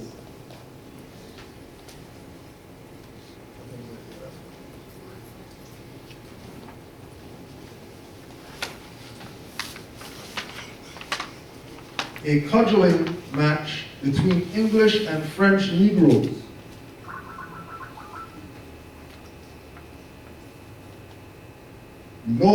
You know, Negroes wearing turbans and stuff like that. And cudgeling, if you don't know, is stick fighting. And really it's probably just practice. You know, it's not really that they're fighting or whatever. They're just like martial arts, capoeira or whatever, training. And again, the white, wearing the white. And then everybody has their head covered, except this individual. And then you got this guy back here, you know, chilling, taking in what's up. And again, this is Brunias again. Martinique, Aboriginal indigenous people, red and green, repping the colors, have their turbans on, Wabo, O-U-A-B-O.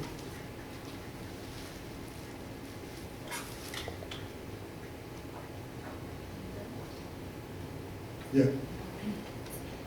Revivalism in Jamaica evolved out of Mayoism, another Afrocentric religion whose purpose was to rid the land of evil charms and to heal the spiritual and physically afflicted. Turban, you see you got the pyramid right there? Only one people wrap their turban like that. It's not something across the board that everybody who wears a turban does. Only specific people have the pyramid in front. Right? The emergence of revivalism came in the 1860s with two different branches. Zion or Pocomania. Revivalists believe in the Holy Trinity, Father, Son, Holy Spirit, Mother, of course, and they see no separation between the earthly and spiritual realms. As such, there is communion and communication between the living and the departed through the conduits of spiritual possessions, signs, dreams, and visions. Zion people call upon sky spirits such as archangels and angels, while Pocomania invokes earth spirits such as fallen angels and water spirits. One of the symbols of revival is the turban, wrapped, styled, and embellished in a variety of ways. It is one of the most recognizable symbols of revivalism and has given use to the term wrap head church. The wrapping of the head and how it is wrapped has many symbolic reasons, likewise the things with which the turban is adorned. So of all the stuff that they can take to a dock, again, on that island, they decided to take something Moorish and use it in order to rid the land of evil charms and to heal the spiritually and physically afflicted. Power of a turban.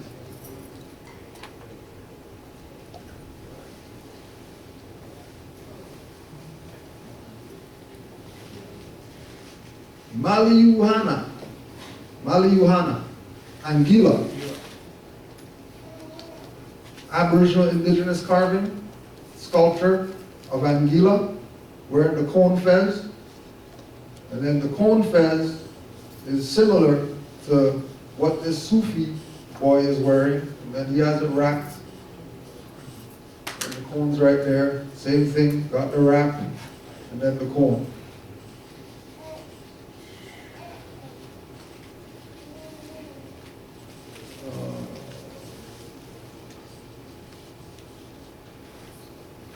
Yeah, that's just talking about different pottery and stuff. But yeah, Anguilla. Smithsonian National Museum of American Indian Arawak Headwear. Smithsonian. These are the top guys. Not a low-level museum. This is the Smithsonian.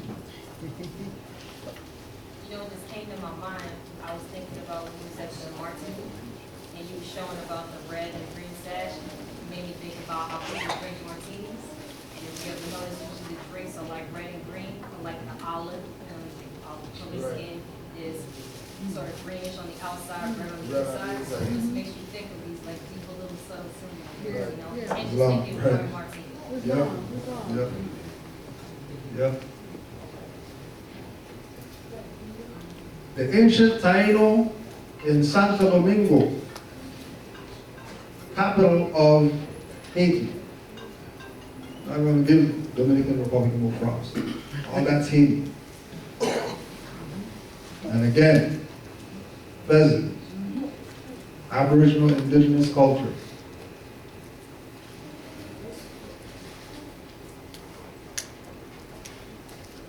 And then this is some of the fam in Colombia. Again,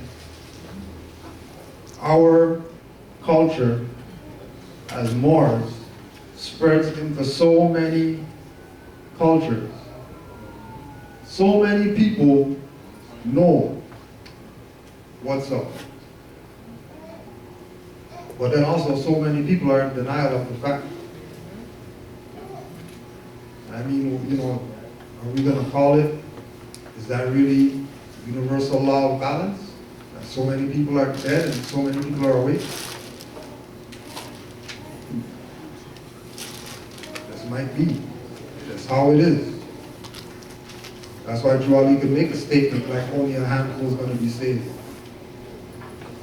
Because that handful is really going to, you know, balance out everything else. Right? And that's it. I want to say thank you, appreciate your time. And we'll just open up if there's any questions or additional comments, emotional outbursts or anything. You could put it on the record now. No questions? Or anything. Doesn't have to be about this, you know, it could be about anything. But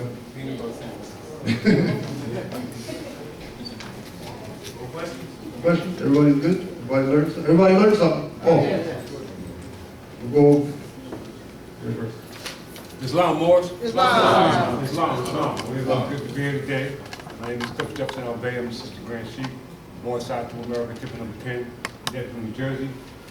Your honor, your demonstration is beautiful to see that we are who our forefathers were. Yes. And we must understand that as Moors, we got a high self and lower self.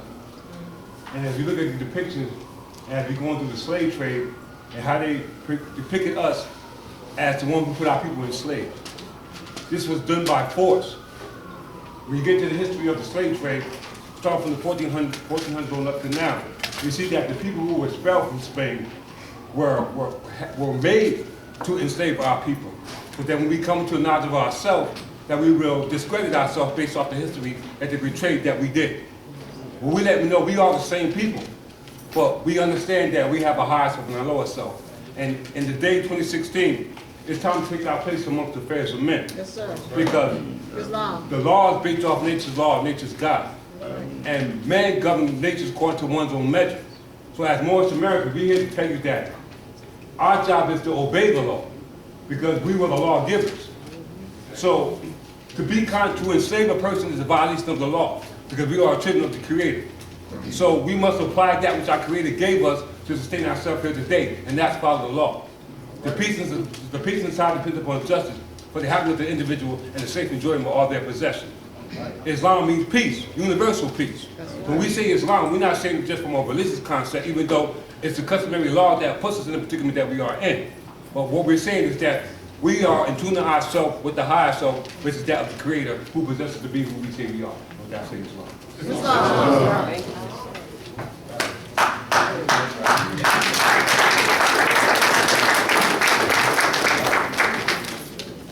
Another question?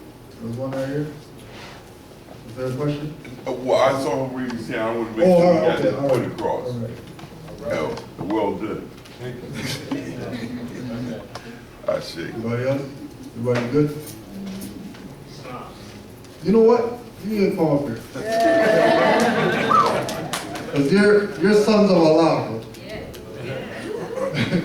You're sons of Allah. I'll get you on the record.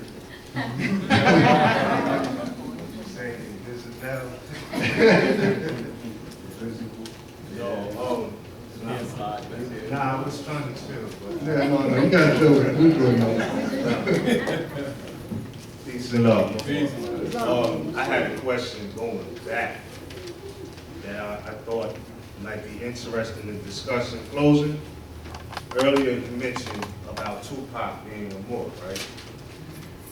My question is, and this is just an open question, when you go back in history, it was a Sapper Inca of Peru, and his name was Tupac Maroon.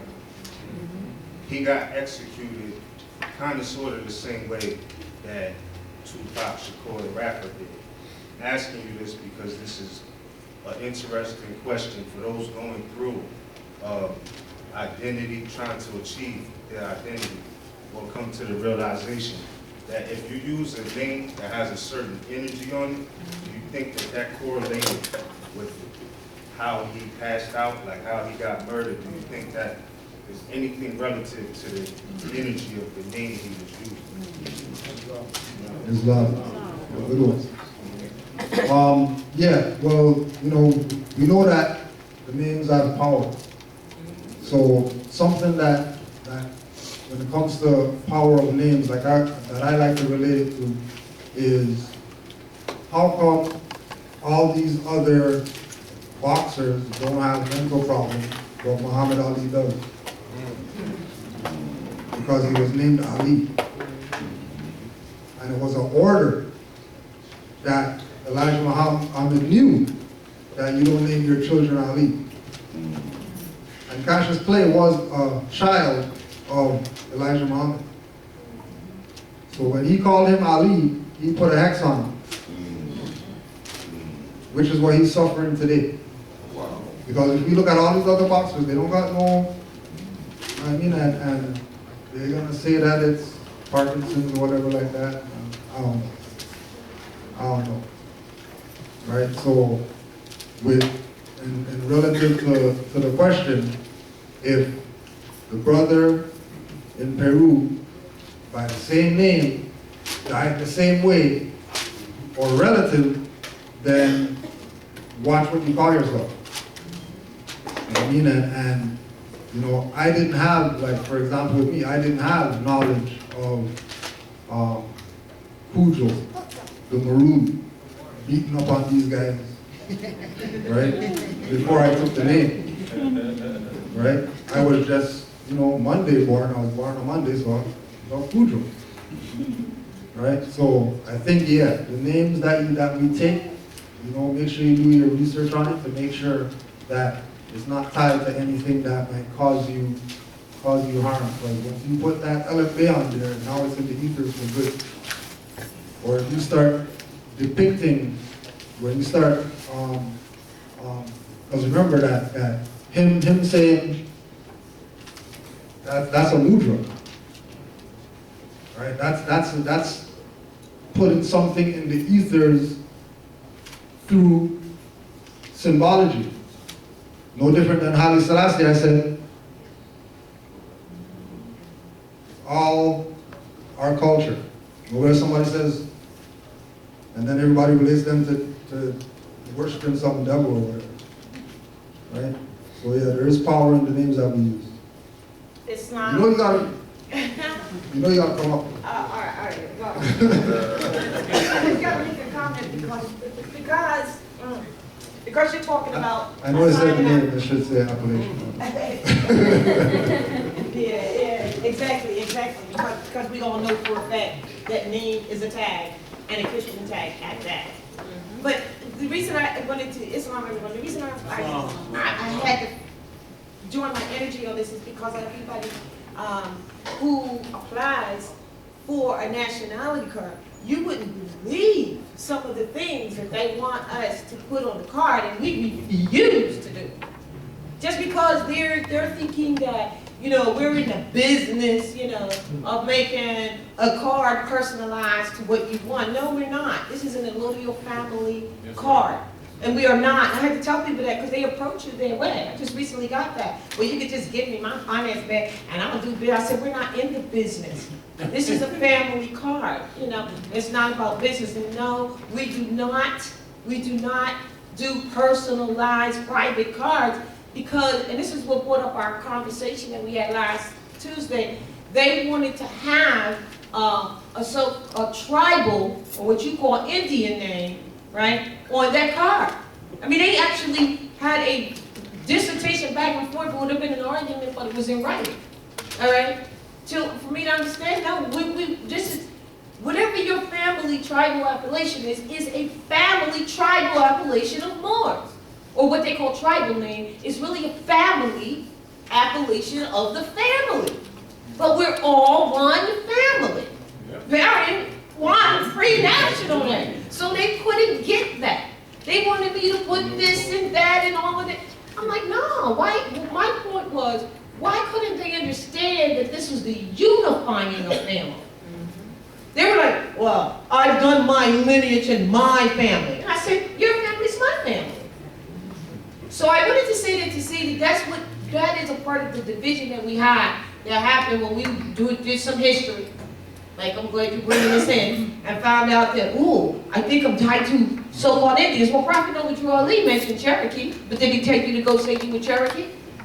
He said it so that this discussion that we're having wouldn't be a discussion. That we're one family. And so I wanted to say that with assigning appellations, assigning your title, or especially the title. And someone said not to use Ali. I didn't know how powerful that was. You just brought that to life in a way. Yes. L's and bays are what we are fundamentally, primarily. Wear that first. That's the principles of lawmakers, law enforcers. That's what it is. If you can't step into being an L and a bay, you cannot go to the data L or the Ali. That is reserved for the nation to be earned by degrees. Well, I think that I deserve that degree now, but see, why do we have to have that discussion? Just be the L and the bay first, then we go into a sign. That's why the prophet said, in order to change the people, you change the literature. Where do you think they got the whole idea of giving degrees out to when you go to those other universities? Like when you get a master's degree, you can go to school every day, make all the classes, but you're not getting that so-called master's until you do what? Write something, publish something. You have to publish because to change the people, you must change the literature, and that's where they stole that whole idea from, that we actually taught to them. So now here we come, what, to defy it ourselves, and it's not cool. So I just wanted to say, and you're saying to, you know, because you don't want to embarrass him, but there is one brother from Canaanland area, and he told me we can use it as an example. Yeah, can I do that? Can I do that right here? Because it's applicable. It's very applicable. It is, and he says, I want you to tell the people. I want you to let them know this lesson. He went through calling himself Supreme, I think. Supreme Ruler. That was his appellation. We're like, brother, no. You got to know the difference between an attribute and a free national appellation. That is not a free national appellation. That's like bring it down to, that's like a nickname. You know, like if you were in the street, you'd be calling it, come on, brothers be coming with their nicknames. Yeah, they do. I can think of someone that don't want to embarrass the family. You can imagine, right? Some of y'all are thinking right now. Some of you might be in this room. And I said, all right, that's like on the street, that's a nickname. But that is not a free national appellation. Now everybody knows when you put the L and Bay on, you just went under the protections of your nation, basically. So even if you didn't know what to spiritually join yourself to. Well, anyway, this brother, he argued with people before even meeting us, and going into places, and they said, well, who are you? Oh, I'm Supreme. Supreme who? Supreme Ruler. Yeah, that's it, that's he didn't know nothing about appellation itself. That's my name, Supreme Ruler. No, of course, that was offensive to people just by that itself. Do you all feel what I'm saying? All right. So he knew it was offensive, but he was a warrior, so he didn't cast. He's like, yeah, that's what this way, that's what I am. So when he came, so when he got to us, and I was like, no, that's an attribute. Like a big thing, that's not free. He wanted to give some resistance, but it was our correspondence, and I said, this brother, why don't you go look and see what your mother named, what she called you? Because I already know that all of those are really Moorish appellations that was given to them because they're the ones who didn't have a name. And then if you go research the name in Moorish Latin, or that, what they called themselves, whatever your mother called you, you'll find it to be something a lot more than what you thought that it was. And you could spell it differently and pronounce it differently if you go research it. This brother goes and researches it and makes it really, he says, wow, his appellation his mother gave him was Merrick. Guess what Merrick means? Supreme Ruler. See? So I wanted to bring that up. That's very interesting. Yes, run ahead, because he said he shared his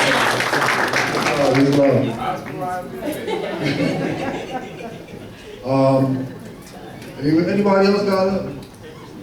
Yeah. Islam, family, Islam. I just want to talk briefly about, I was watching, you know the movie 50 Shades of Grey? And you have the Marlon Wayans and his brother, how they do parody of the different movies. Right. I was watching 50 Shades of Black. And it goes in how Marlon Wayans was adopted. And his name was Christian Black. So I'm like, okay, his name's Christian Black. So I'm sitting there thinking, I'm like, his mother didn't come up yet.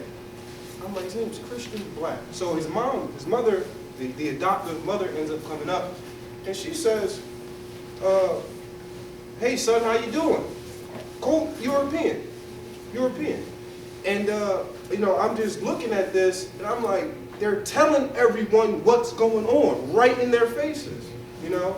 And another part of the movie, the girlfriend that sees Marlon Wayans in the business building and all that she runs into, has a relationship with her roommate is a European daughter, and the roommate, she's kind of more reserved. I mean, the one Marlon Wayans has a relationship with. She's kind of more reserved, you know, covers her body, doesn't talk too much, you know, very humble. But the roommate, the European daughter, she's what you call, I think we can relate to this word, ratchet. All right, she had 50 different shades of hair, you know, all the different hues going on in her hair, tight clothes, acting like her vocabulary is limited to like 10 words, you know, cuss word come out of her mouth every other word. And it took me back to, what was I reading?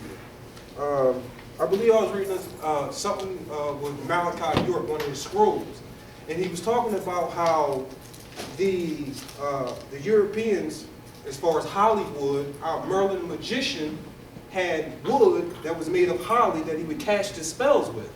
So I'm thinking like, Hollywood. So now we see these movies, even these TV shows with the heroes, everything, talking about us and our culture.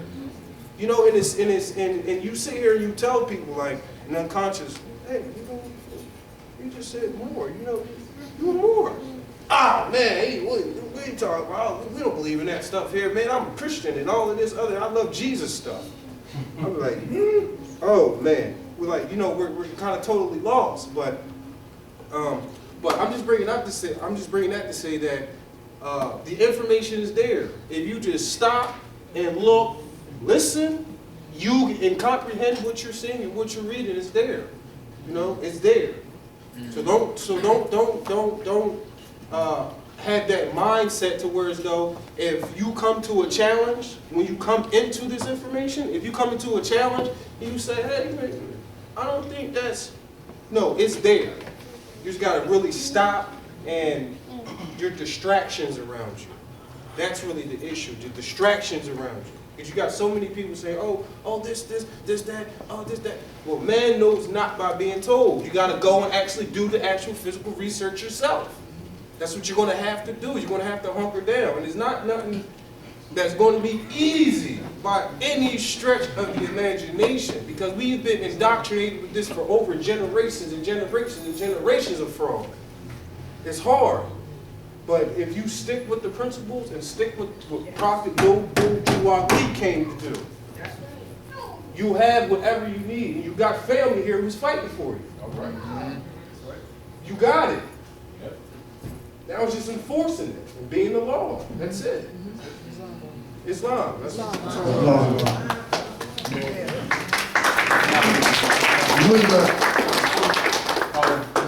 Well, y'all noticed there was 2 big brown buses going around Philly being escorted? Well, he might contact you before it's over. Anyway, Eddie's doing the trading places too. So he's in the city. And so a lot of people don't know. So if you see 2 brown buses being escorted, that's them. So he's doing that over again, so there'll be some messages in there for you.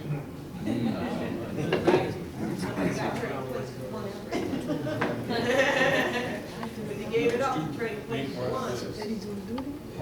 Yeah, Mark. Islam. Like 2 months ago, I was watching a movie on AMC called The Cowboys from 1972, starring John Wayne and an Asiatic brother. I can't remember his name. But the movie is about John Wayne wants to do a cattle run, but he doesn't. But the people in the town is not there for some reason.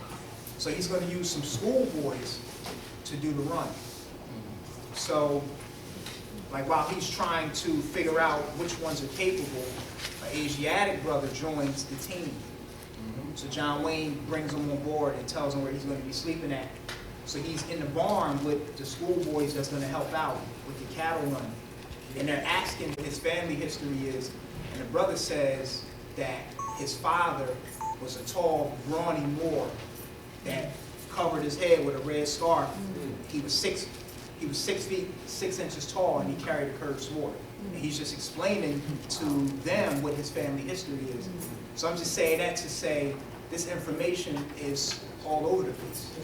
And this is from a John Wayne movie from the 70s. You know what I mean? And something else that I wanted to touch on too, Brother Kudjo, that you mentioned that a lot of black Afrocentrists like to focus on the Moors' participation in the slave trade as if they're two separate people. And what's interesting about that is they never put everything in the proper context, because so much was going on there. You had Moors that was doing certain things at the point of the sword. You had some that were conversos. You had some that were Moriscos. So it was so much going on. You had Moors that was freeing slaves. You know, so when you touched on that, that was key, because a lot of ones like to focus on the negative things to deter people from this information. So Yeah. that's what Islam. So that's what I was touching on. You know, Islam. Yeah. I want to make this comment in relationship to so-called black scholars, so people can understand the lower chakra operatives. And this is why it's important, and as Grand Sheikh Kudjo was talking about earlier with etymology. The blacks applied to the Moors, meaning that the Moors who were traders supporting the pale man, because black means the pale ones. It does not mean dark, it means the pale. It means shining and it means pale. It comes from Middle English, derived from Old High German, and German is derived from Sanskrit. It means shining and it means pale. It means absolutely not what the people think it is. But they know that most of our people can't read. And that when you see Asiatics promoting that in that type of venue, they're letting you know that they're COINTELPRO. Islam. You know, but people should know that, and the only time people don't know that when they don't know that black means pale. Because they think black means this. Black means pale. Once that's understood, as soon as you see Asiatics promoting that, they're telling you they work for the overseers. So you're not offended. You need to know how to read, not only spiritually, but know when somebody comes at you with language, know where they're coming from. Because remember, for colonial operations to be maintained and solidified, they need overseers. And this is another reason why they set up most of those so-called black organizations with 501c3 skull and bones kickback. And then they tell the people who came from Jesus for teaching the word, when it's really skull and bones kickback from Lyndon Baines Johnson to control their marching Negro leaders to keep these people in check. So the deal of it is, whenever we're presenting that type of argument, keep in mind, this is where you got to put etymology in, because a lot of times we'll go into the connotative perception and actually be trying to counter it, but actually be promoting it. That's how the dark science works. That's how the dark magic works. When we say the dark magic, it only means the lower side. And so when people hear so-called black scholars projecting that black, they know these people are Moors, but they project the black because they are minions. They're called familiars. And this is one of the reasons why when you deal with other Asiatics around the world, and sometimes our people don't understand it, if they really understand it, that's why they don't like black people. Because black people are traitors. You distinguish from other Asiatics. So when you understand the language, you can understand why other Asiatics around the world don't trust people who claim to be black, who are melanated. Because that's a signal to them, because they know it means pale. These people here think it means complexion. That means they're working for the Paleolithic man. The Germanic tribes, Frankenstein. Oh, yield floor. Islam. Oh yeah, and something else that I wanted to mention too. Like with that movie, I noticed that they was like kind of low-key disrespecting us because they had the brother, he was the only brother, and he was an adult, but they had him in the barn with the children, like to say that we're minors. The capacity that we're in is beneath them. So that's something else that I mentioned. I mean, or that I noticed too. Islam. So, something I like to jump on what you said related to black, and you need to monitor the words that you're saying when you call yourself, because you say things like black, and that's related to pale, being pale skin. You start doing things as though you are these modern Europeans, straightening your hair, doing things that basically everybody be like that you know is related to basically what the modern European may do. So these are things to just keep in mind about who you really call yourself and how powerful it is on a cellular level, on a spiritual level, how these things ultimately call yourself or who you call yourself black or white. So that's just something I want to keep in mind.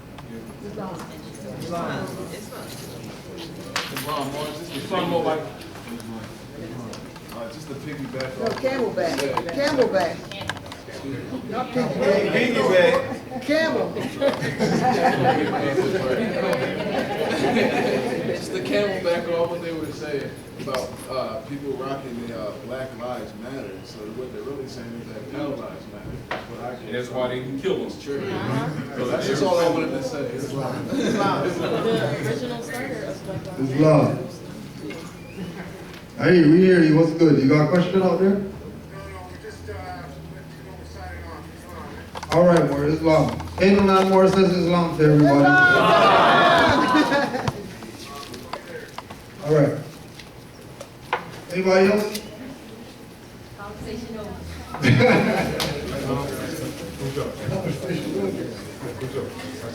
Yes, sir. Yes, sir. Islam once again. It's just like, you know, I give honor to our ancestors who was in the predicament that they were in and tried to tell a message about our uplifting as best that they knew how. And like, you know, a lot of times when Black history comes around, you see on TV they show the movie Roots, right? Now, if you notice in the movie Roots, what's his name, Kunta Kinte, right? Kunta Kinte was from Senegal, Gambia, which is part of Mauritania.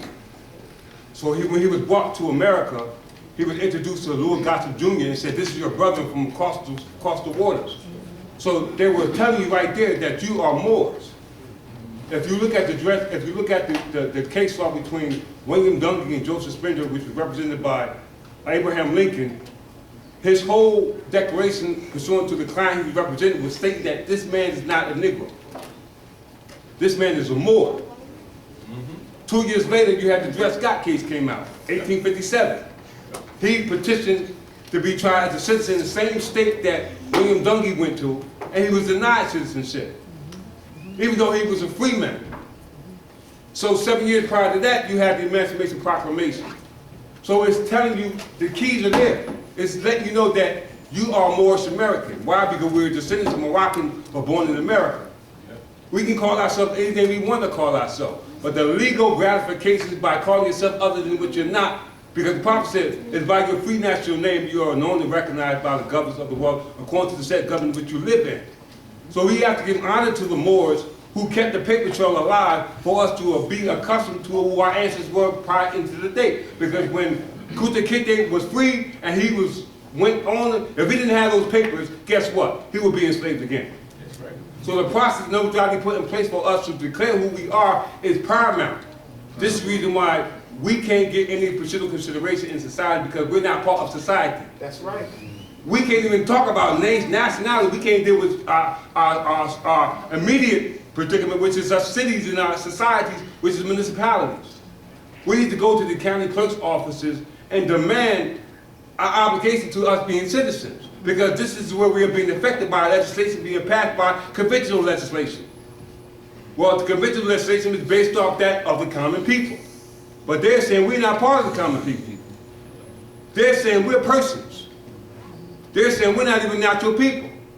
So this is what the majority fixed. We're a part of the people. But the people must be expressing of the will of the people. And what the will is the people? The Bible said how many evils have been committed by the communities of the law? How many crimes are to keep by that of the council? So when we look for due process and those who are in the ability to give us due process, look at the laws that they're passing. We allow that to be. We allow that to happen. So we're not taking our places amongst the affairs of the men, because the procedural consideration are not dealing with men. We're not dealing with women. We're not dealing with people. They're dealing with persons, corporate fictions, wars of the states. So the only procedural consideration that they give you is what they want to give you, because you got no right that the courts are bound to respect. And that's based off legal conclusions that are done based off legal theories of men. That becomes discretionary when it's based off material facts and genuine issues, which is based off the legal notices that we are declaring pursuant to the Declaration of our Nationality and the constitutional protection pursuant to the proclamation of our free national name and religion. This is the reason why we must declare who we are by doing the process no judge say pursuant to Act 6. And with that, say Islam. Islam.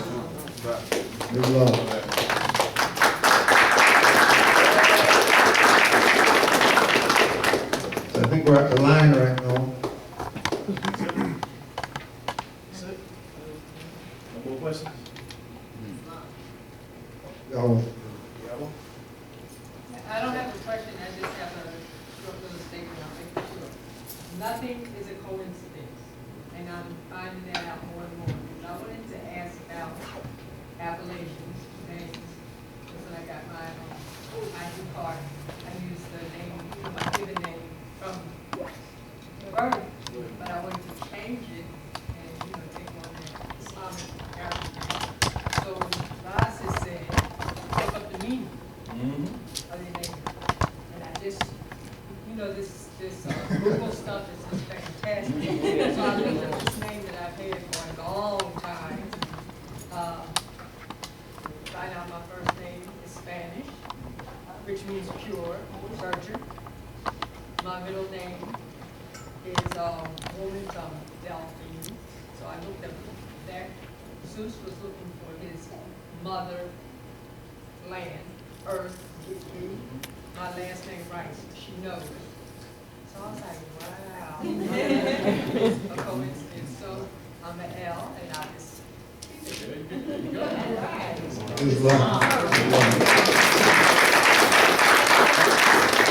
Now, just that quick, you did that message, right?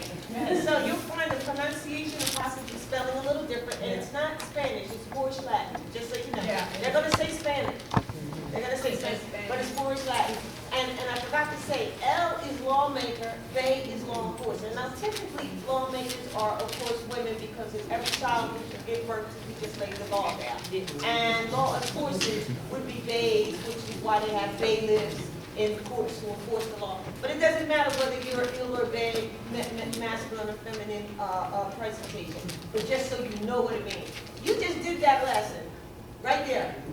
And now you feel like my mother was attached to something, even if it was unseen, which is what this class started out with, the unseen that creates the seen. And you feel better about that, don't you? Yes. Already, correct? All the time. Islam. Islam.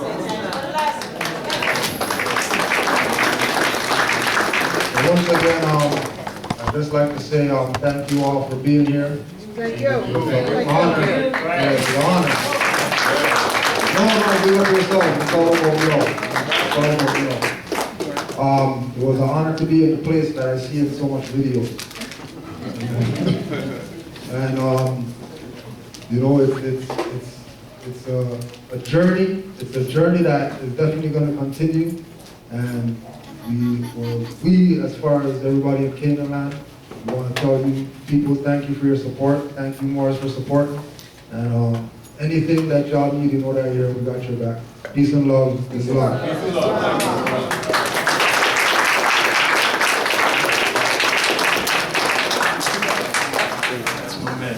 All right. Kudjo, I'll go ahead.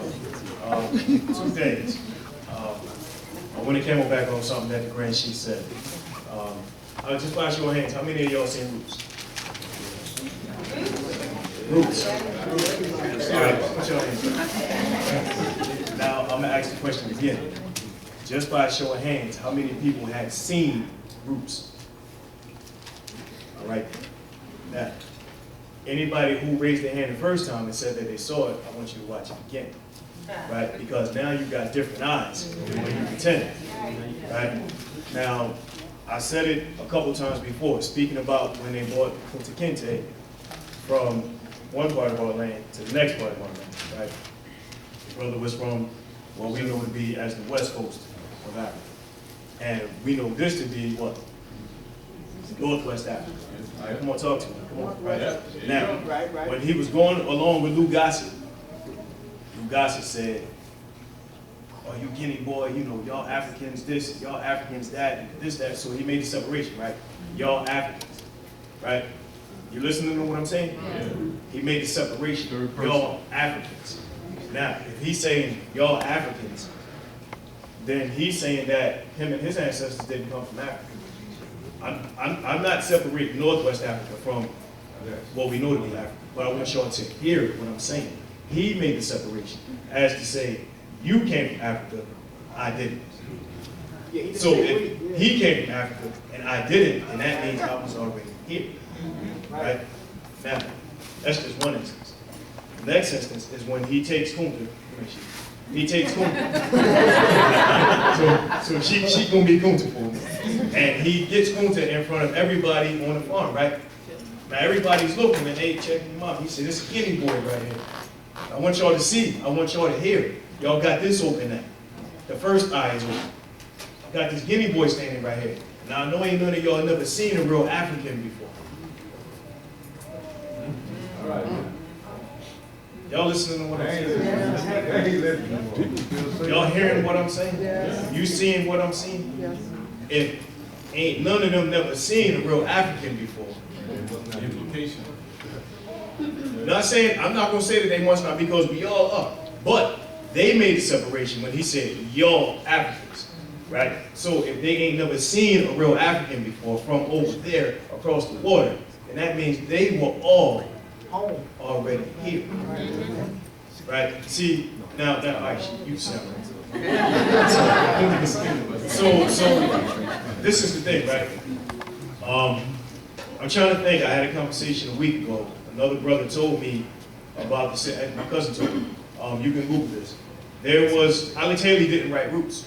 No. Right? I'm thinking it was an Albion that penned the movie.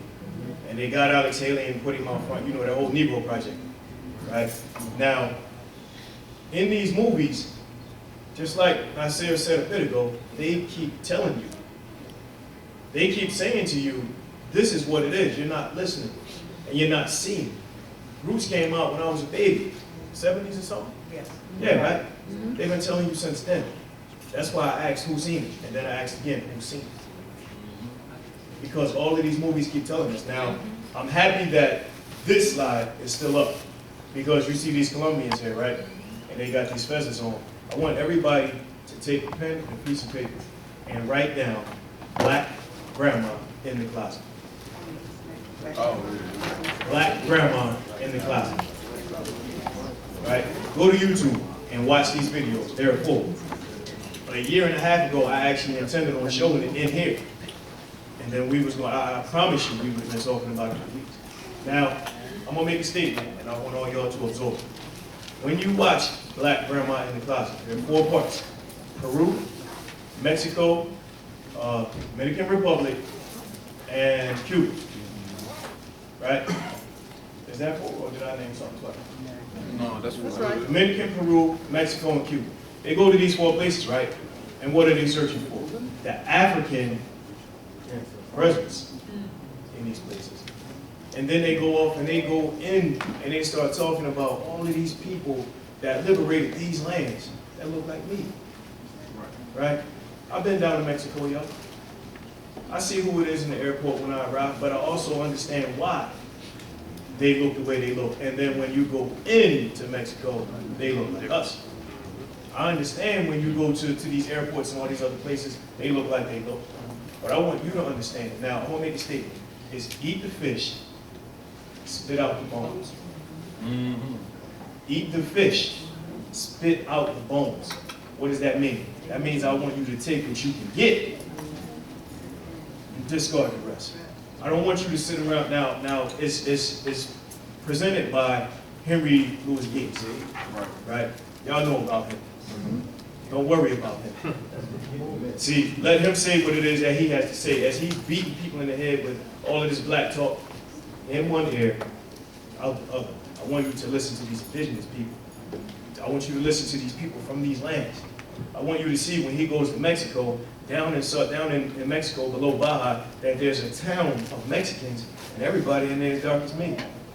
And coincidentally, it's the poorest city in Mexico.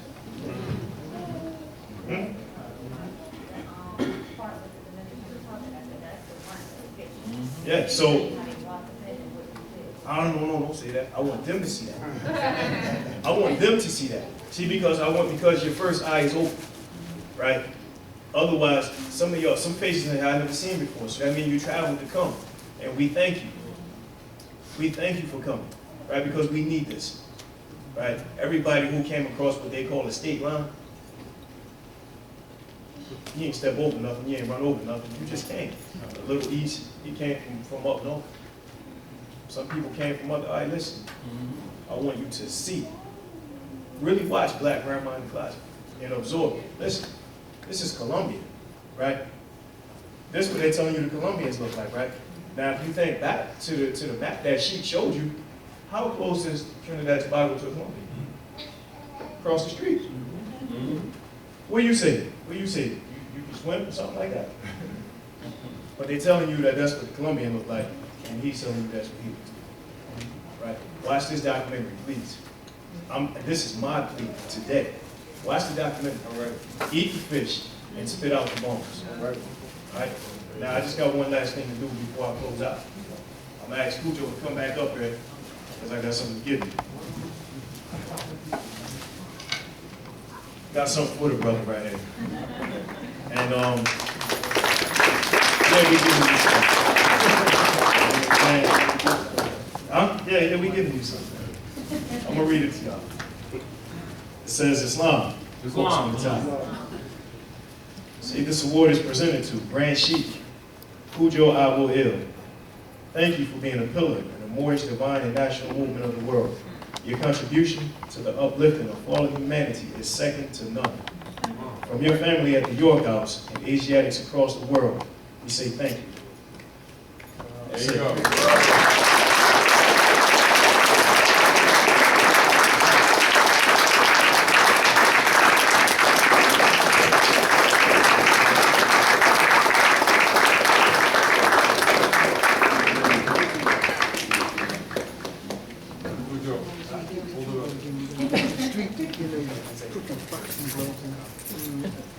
I want to, before we get out of here, I just want to thank this brother.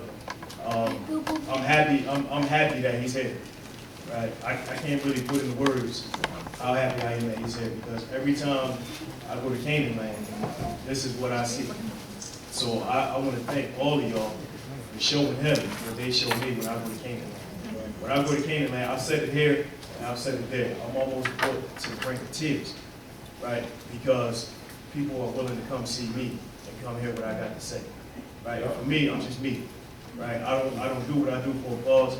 He doesn't do what he does for applause, and all the other grand sheets in here, we don't do what we do for applause. We do it for the love of y'all. So on behalf of Kudjo, on behalf of Taj, Nation, and Roz, give me grand sheet. What's your application? Jefferson Bay. On behalf of Jefferson Bay, I want to say we love y'all. One love, Islam. Before we close, I got one more thing. I want to ask Grand Chief Nature Obey to join me in front. He's going to bless us with closing prayer.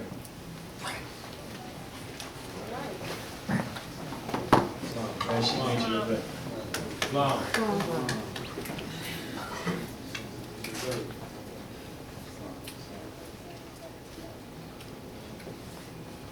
Islam, Moorish. Nature I ask all Moorish Americans to join us in the closing prayer. All those who do not wish to participate in the prayer may stay seated in solemn benediction. For all those that do, we rise and face the east. 5 fingers on the left, 2 fingers on the right. We're going to 45-degree angle. Repeat after I. May Allah find our hearts and minds back to our ancient forefathers. Divine creed and principles. This we ask. In our holy name. In the 7 Elohim. Amen. Islam.